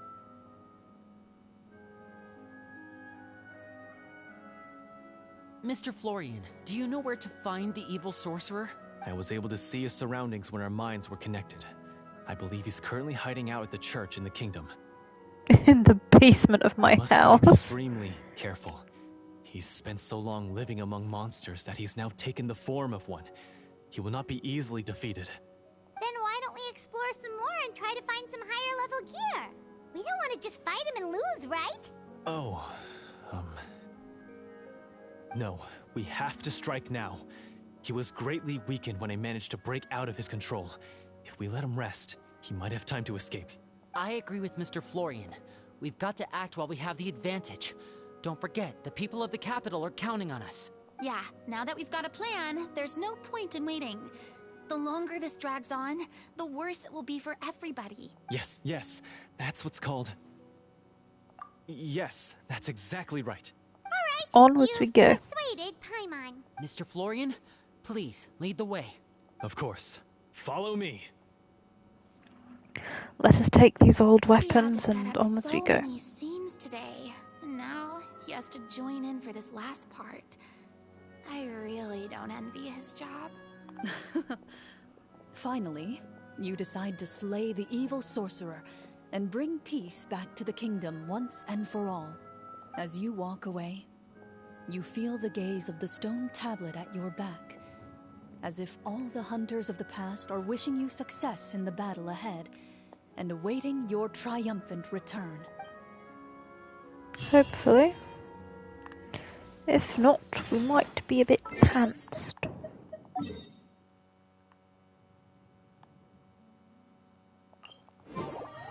It wouldn't be very good, would it?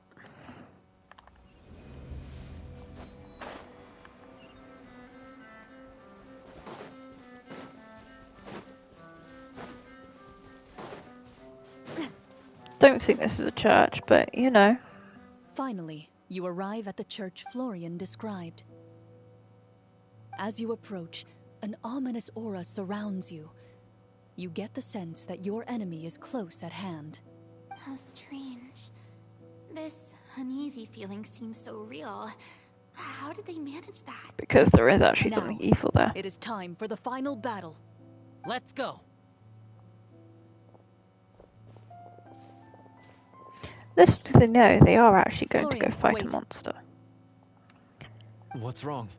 I think you should wait outside. You've already been corrupted by the Devorator once.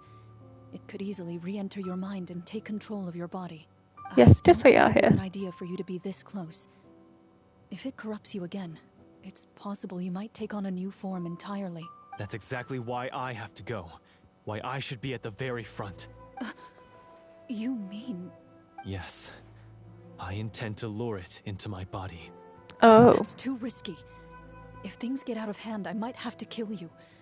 Do you understand how dangerous this is? I understand, but if I do this, you'll have a clear and visible target. The Devorator will have a hard time passing up a chance to enter a body it knows how to control. You won't have to worry about any of your friends being taken over. So you're sacrificing yourself. You're not like me, Miss Clorinde. You're a just and powerful Marechaussee hunter. The monster broke free due to my error. It's only right that I shoulder the responsibility for its destruction. This is... something that I have to do. Consider it a duel to restore my honor. My only request is that you give it your all. I understand. Then, as a champion duelist, I hereby accept your request for a duel, and extend to you my most sincere regards. Thank you. The Oh. battle is now upon us. Let the Devorator once again tremble under the blade of the Marechaussee hunters. That's pretty sad, isn't it? It's just... Oh, nothing there to smack, but it was trolling me.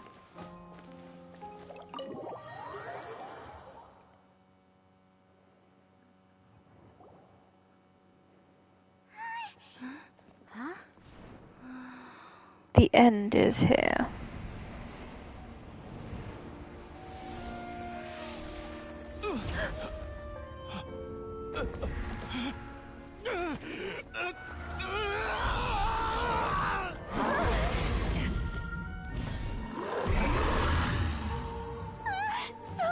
So lifelike.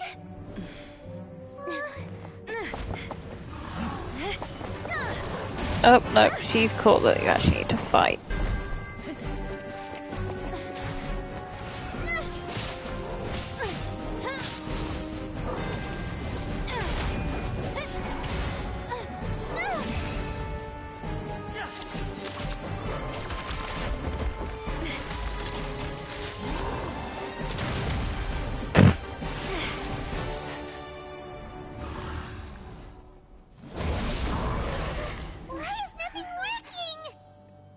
This foe is not invincible.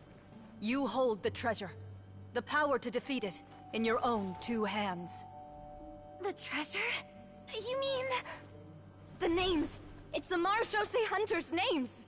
How are we supposed to... You forget, Paimon? There's still one skill we saved until the very end. Summon. Hunters fight not for fame, but to aid the people whenever they are summoned. Walter the Marechaussee Hunter, master of 1,000 tricks, executioner of the Phantom Hunters, I call for aid! Est, the Marechaussee hunter, inheritor of Cassiodor's will, judge of the Shadow Hunters. Answer my call!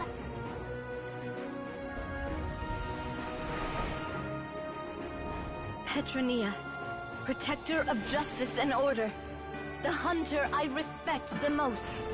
Thank you for saving my friend, the best one I'll ever know. Please, Aww. lend us your strength.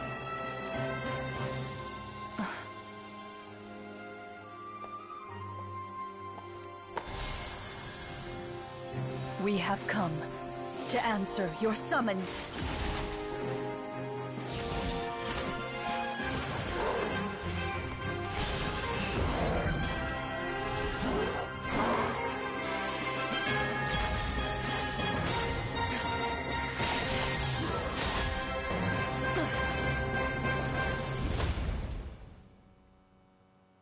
And so, the monsters were eradicated, and the sorcerer was defeated. Peace soon returned to the capital. Those in the court, manipulated by the sorcerer, also recognized the errors of their ways. Some remembered the names of the heroes who saved their kingdom, but others simply continued their lives none the wiser. Such is the story of the Marechaussee Hunters. They pursue the phantoms in the darkness and exterminate all who pose a threat.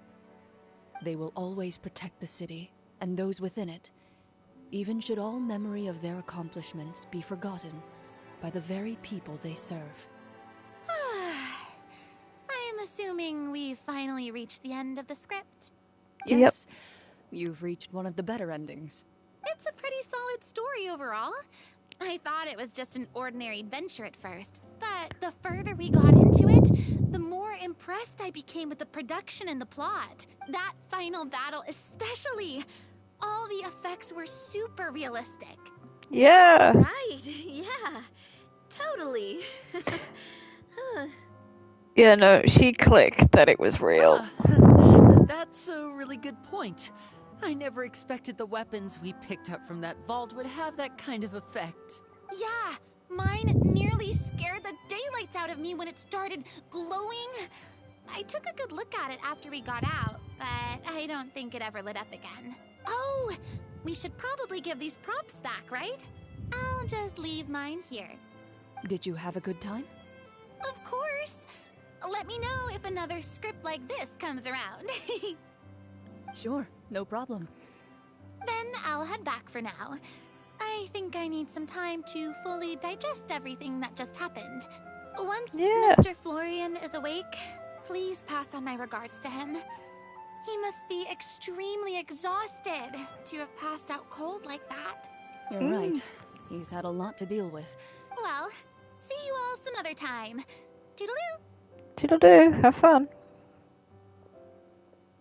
That was real, wasn't it? Okay, so, can I ask now? I think it should be fine, yeah. What in the world was going on back there? So you saw through all of that? Yeah.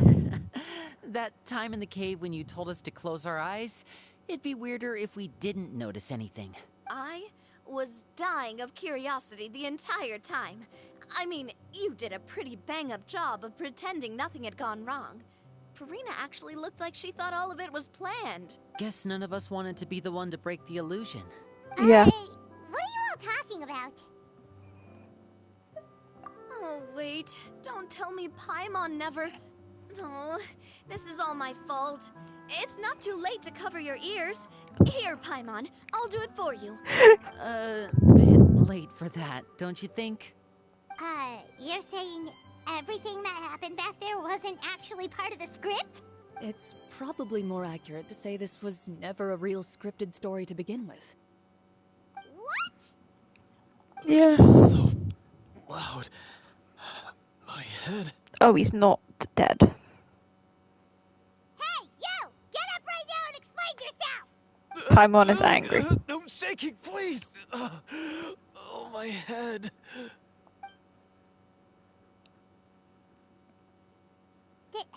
Did Paimon just hear that right? You guys made up that whole last part on the spot? It's not nice to lie to people, but Paimon's gotta admit, that was a really good story, Florian.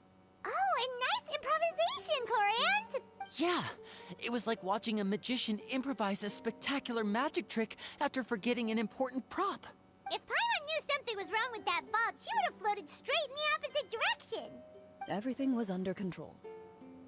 As if you've ever described a situation as being out of control.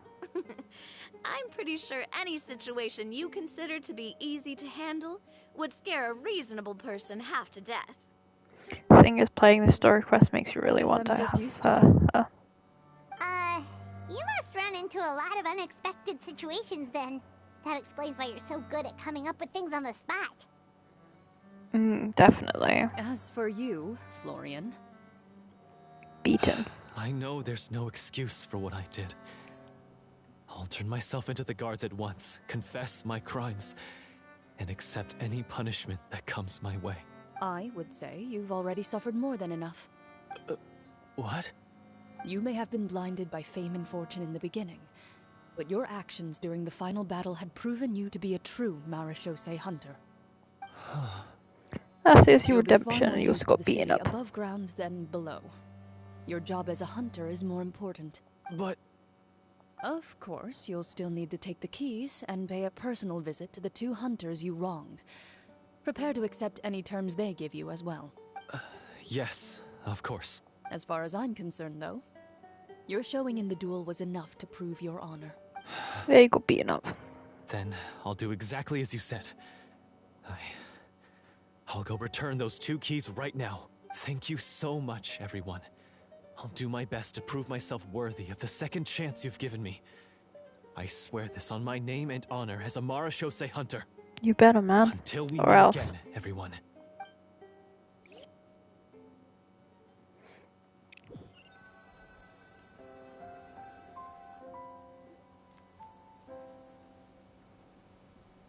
Speaking of Marechaussee hunters, what should we do about the treasure in that cave? Leave it as is. Are you sure? We could show it to people, make it so that the hunters are remembered. Don't you want that? No. Every name on that tablet made the same choice. All hunters know what the path entails. I am no exception. My identity as a Marechaussee hunter is not something I need people to remember. Just the champion I wish duelist. only to be recognized as a champion duelist. That's certainly very different from the path of a magician. Still, I admire your decision. Wait, Paimon just remembered something. If there were no special effects involved, why did our weapons begin to glow during the battle? Magic. That's because the Marechaussee hunters of ages past would often imbue their weapons with special enchantments to suppress the monsters. Whenever a monster was nearby, their weapons would start to glow. Oh, so that's why they had an effect on that guy near the end. I really thought the summons were doing all the work. Well, I'm sure the summons were a part of it too. Oh? How so? This particular devorator probably hailed from the same era as the hunters we saw in the room. The names you recited all belonged to the bravest hunters. Countless monsters fell to their blades. That's likely why the devorator visibly reacted when you said them out loud. Yeah. So the names held the power all along. Names are a powerful thing. Navia, everything you said during your summon. Huh? Oh, I meant what I said. I mean, it was true to my character, so yeah, I'm glad you heard it. Just don't make me repeat myself. It's embarrassing. I Aw. really appreciated those words. All right. Don't get all sentimental on me.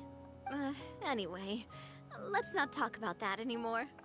I'm going to go on ahead. Don't fall too far behind now. Try not to. She ran off.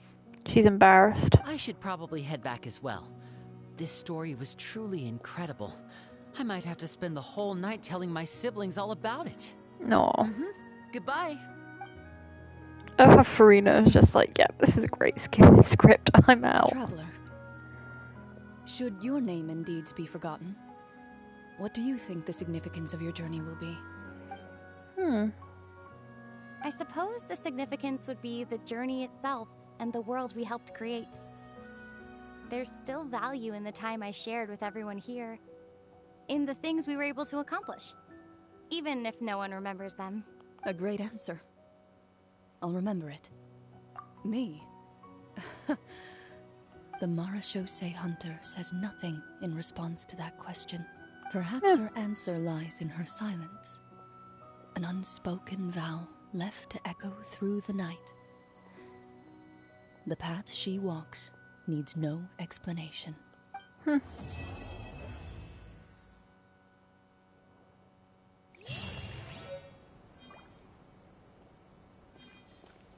No.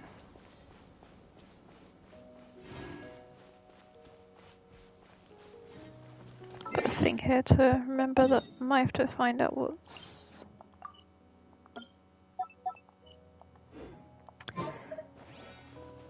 No. You know what? Why not? I wouldn't regret it.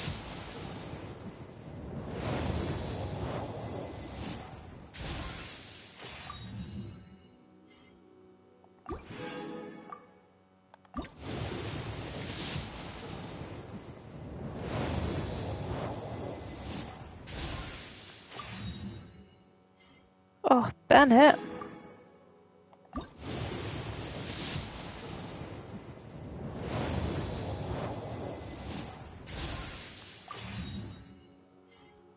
Oh, lovely. Extra 5-star wishes.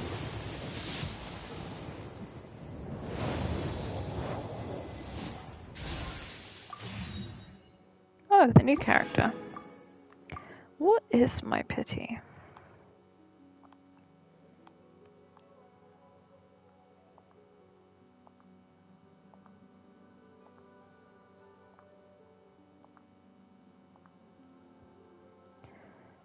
Okay.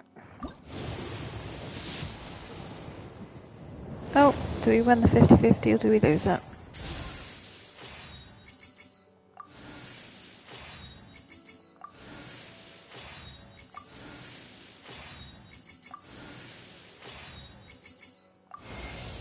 Greetings. I am Clorinde, a We champion won it. duelist of the court of Fontaine. If you wish to hire my services, please state the nature of your dispute. You may leave out any extraneous details. Nice. Those are no concern of mine. Nice. Loads of total. I know I was saving for Emily, but after playing her story quest, I really wanted her, so no regrets in that. So what I'm going to do is end this stream here. Thank you so much for watching, and I hope I'll see you all again soon. Bye!